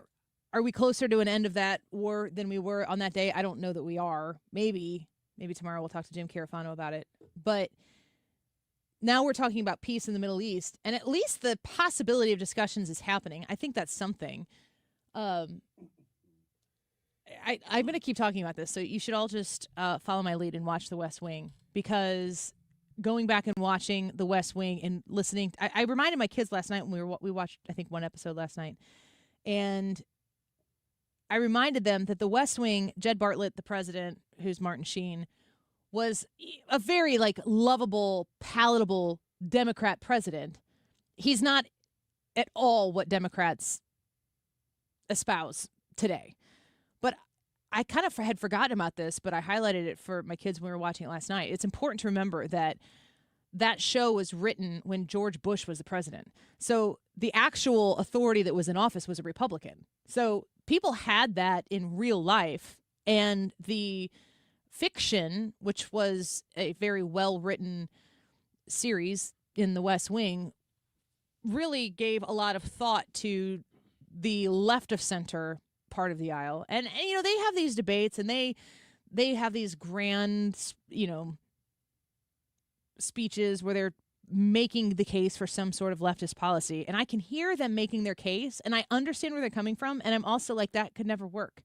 That's not going to materialize in practice the way it's being articulated. And you can't come to that conclusion unless you hear the policy argument. There are no policy arguments that are taking place publicly anymore. Even in this government shutdown, the conversation really is, and we were talking about what to do for a poll before the show, and we've done this once before to an extent, but like, who's to blame for the shutdown? How many people even know what the shutdown is really over? What do the Democrats want that the Republicans don't want? And why do the Democrats want it? And why don't the Republicans want it? How many people who have feverish opinions about the government shutdown can talk with any sort of gravity on any of those issues? Even I'll start with us. We don't really dive too deep into those policy issues here. Because the surface level, like, who's to blame? Oh, the Democrats are, we've said several times on the show today, like, how many wins, definitive, verifiable wins have the Democrats had in 2025? I can't think of one. And in the midst of all of that, are we all sort of losing that we can't talk about policy? But if you were to make this about policy, it would be boring again. Well, they lit a bunch of Teslas on fire. Does that count? Is that a Democrat policy? That's a Democrat policy, I think. So they did that. That was earlier this year, though, when they didn't like Elon Musk. I think to myself, if the Democrats don't want that to be the leading thought, like, I'm really, really trying hard to avoid the conversation. Like, really trying hard to avoid the conversation about left-wing violence. Because there are radical people who are doing radically awful things, and I feel as though their politics generally line up right now with the far progressive left. But I have a lot of people in my life who are left-wing who want nothing to do with that, have nothing to do that, would never support any of that. And I think that just talking and just like even saying left-wing violence, the only reason you say that is to try to score political points with people on the right. And I don't think that needs to be said to score those political points. Yeah, that's a tough topic because you're always going to have these sort of the volcanoes that are ready to erupt are going to be the ones that go first. And that's those crazies. But you go, okay, well, what did we throw into those volcanoes that's making them actually go off? Because we have more violence now than we used to. So, like, what's causing that? And you could also make the case that if you're seeing more of them on the left targeting people on the right or Christians or Mormons or whatever it may be, ICE agents, that there has to be something to the politics and to that temperature that is causing that. But that doesn't mean that every single person on the left is doing it. So it is a really tough topic to talk about because you do kind of have to call it out in both sides, both ways. If all squares are rectangles, all rectangles aren't squares. Yes. And, that's a basic logic understanding of the situation. Is there anybody on the right who has committed violence? Yes. Of course. And I think that the commonalities between people who are on the left and the right who commit these types of violent acts, the things that they have the most in common are probably not, obviously, their political beliefs, but it's their mentality, it's their environment, their mental health, what they do to feed their mental health, the company they keep, like all of these circumstances that make, like, how many people do you know in your life that are on the left of center, maybe even far to the left, but they can be genuinely good people. They just think differently. And maybe their perspective, where they come from, is different. I have a very, like, I'll admit it, like, from the left looking over to my life and the way I was raised, I'm sure it's very apple pie. I'm not sorry for that. I'm very grateful for that, and I'm doing everything I can to provide that for my children as well. But if you didn't grow up in, suburban a two-parent household, dual income, Christian, evangelical Christian upbringing, if you had the complete converse of that, the chances of you thinking differently about things are pretty high. But there are also going to be instances where what I think with my upbringing, what you think with your upbringing, we could absolutely meet in the middle on some of those things from completely different perspectives and still find an opportunity to agree. There has to be a way to, I think that there's a meaningful way to talk about violence that is, the violence that's coming from in what I would call radical ideology that has roots in far left progressive issues, I would say. There has to be a way to talk about that in a way that is constructive to try to make it stop. And that is hard to do on talk radio because if I want you to listen to me on this show, do you want to listen to the show because you want me to get you all riled up because we're on the same team? Like a battle cry. Like I've talked about this before. The conversation that happens before you go into competition, the locker room conversation, that's a private conversation in a room where everybody in that room is running towards the same thing. That's not the same thing that a coach is going to say to a reporter on the sideline before the game starts about what, how he couches what the game plan is and what he said to his team beforehand is not going to be the full breadth of what was said in the locker room, because some of that stuff, if you said it out in front of other people, it would have a different kind of effect than it would when you're just talking to your team about, like, how do we game plan? How do we strategize? How do we compete to win here? And I kind of feel trapped in my talk radio job because I am so humbly blessed to have the ability to talk to you right now over these airwaves that are owned by you, the public. So I have this opportunity to, like, set a tone or to shine a spotlight or whatever it might be. But I feel like most opportunities that exist that I have, you start talking about these things, left-wing violence, and it only inflames. It only makes the problem bigger. It makes it so that we can kind of do the other thing, like the other people.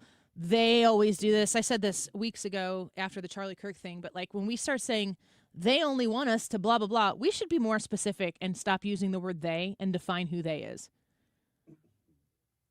Democrats, pundits do that too. They say they and they mean Republicans. And I'm like, I'm not a hateful person. I don't hate people who are not like me. I don't hate people who don't vote like me. I don't hate people who don't believe the same faith that I do. I know people who hate me because I believe what I believe, and I don't want to do that back to people. But when it comes to, like, taking the tone down, I don't know. I really don't know how to talk about it here in a way that actually effectively looks like I'm trying to take the tone down. It's tough because it's just not that simple. And look, there's a lot of points to be made. I'm going to pull one up from Ender right here. He says, how many leftists, including our friends here, are willing to say not everyone on the right or not all MAGA when issues happen? That's fair. That's a fair point. But at the same time, I would say that we're actively trying to do that right now and say that if it isn't everybody on the left, can we call out that sometimes it is political, though? Because, like I said, those volcanoes that are about to erupt, when you are yelling from your mainstream voices, from congressional leaders, media leaders, when you are yelling that democracy is at stake, you are putting everything on the line. And somebody who's about to blow, that's what'll do it. And so that's the kind of temperature that you do have to turn down, or you're going to get more crazies on your side. That's just going to happen. I'm very eager to call it like I see it. If I see it on our side, I'm going to call that out. And when I see it on the other side, I'm actually hesitant to call it out because I, A, don't want a target on my back. That's just the honest truth. And B, it's got to go deeper than just like pointing and saying, you there, you're the one who did it. And then the you is this collective group of people who filled in a certain circle on a ballot. I guess it's a deep discussion. And I just, there needs to be some good faith that's put into the conversation to make sure that the good faith, like that you see the conversation all the way through. I would need people who listen to the show to actually truly believe that I have good intentions. And I know that there are people who would never believe that because they would be like, does she support Trump? And if I do, that's all they need to know. I do have good intentions. I try to get that through. And I know that to some extent that's never going to be enough. But it has, we have to keep having the conversation. For you who are here right now, I appreciate you being here so that we can. Let's take a break. We'll get the results to the poll next. So bring on the sunshine, to hell with the red wine, pour me some moonshine. When I'm gone, put it. Celebrating 25 years of 97.1 in St. Louis. Here's Jimmy Fela. I'm nothing without you, 97.1 FM Talk, and America needs you more than ever. So congratulations on 25 years. We cannot wait to see the next chapter. Hi, I'm Bob Kershaw with Retirement Advisory Group. Are you worried about market volatility? Are you concerned your money won't last you through retirement? Hi, I'm Tammy Kershaw, and as a family-owned business, we are committed to protecting your retirement, whether you're nearing retirement or already retired. We have a lot of folks that aren't aware of all the new investment choices that are available, which give you growth and protection from losses at the same time. Are you aware of all the fees that you are currently paying? We can show you how to avoid those fees. So come in now for your free retirement review and get a second opinion on your retirement plan. And just for coming in, you'll get a copy of our latest edition book, Your Key to a Worry-Free Retirement. Let us show you how to retire with confidence. We are proud to say we haven't lost a penny of our clients' money in 39 years, and we won't lose a penny of yours either. Let our family help your family. Call us now at 314-993-9494 or go online to retirementkey.com. That's retirementkey.com. Smart talk, strong values. This is the Annie Fry Show on 97.1 FM Talk. I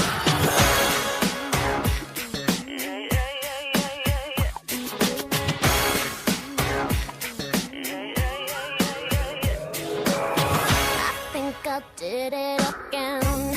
I made you believe we're more than just friends. Oh, baby, it might seem like a crush, but it doesn't mean that I'm serious. 'Cause to lose all myself. Welcome back to the Annie Fry Show. What are your thoughts on Britney Spears? Man, fantastic singer. You know, That's she's what everybody says once in a first. generation voice, personality. I to don't boot. like her voice. I don't either. I'm just trying to come up with something. There's I think kind of she's an infantile thing about her voice that I never have really like. She's like her. You could say Britney, and that she's a one-name entity. the only the area where I would criticize her is that I would not use her as my financial planner. Okay. That's the only area She's you not her criticize own. her? She's not her own financial planner. Yeah. Well, either way, if I were sit down with a fiduciary, it would not be Britney Spears. That's all I'm trying to say. That's all I'm trying to say. Controversial statement. But I know. It's the end of the show. Was Britney Spears popular when you were growing up, or was she like on her way out of that? Was she shaving her head and stuff? You're 25. Let's see. Like, I don't know. Probably like when she was nearing the end of her peak was probably like 2005, 6, 7, if I had to guess. Yeah, I think that's about right. So I was young, but a little bit too young. I mean, when I grew up, Christian music was the only thing that was on the radio. So we didn't listen to a lot of pop music until I probably got into like middle school. So I didn't really know much Britney Spears until, you know what introduced me to Britney Spears was Just Dance. That was probably what introduced me to Britney Spears. Was it that song? It may have been that song, yes. That's great. Yeah. YouTube live chat poll for today. Have you been affected by the government shutdown? Yes or no? The only thing I could think of, I think Brad was trying to book a guest maybe from the White House, and he's like, I don't know if they're answering their phones right now. So maybe in that capacity.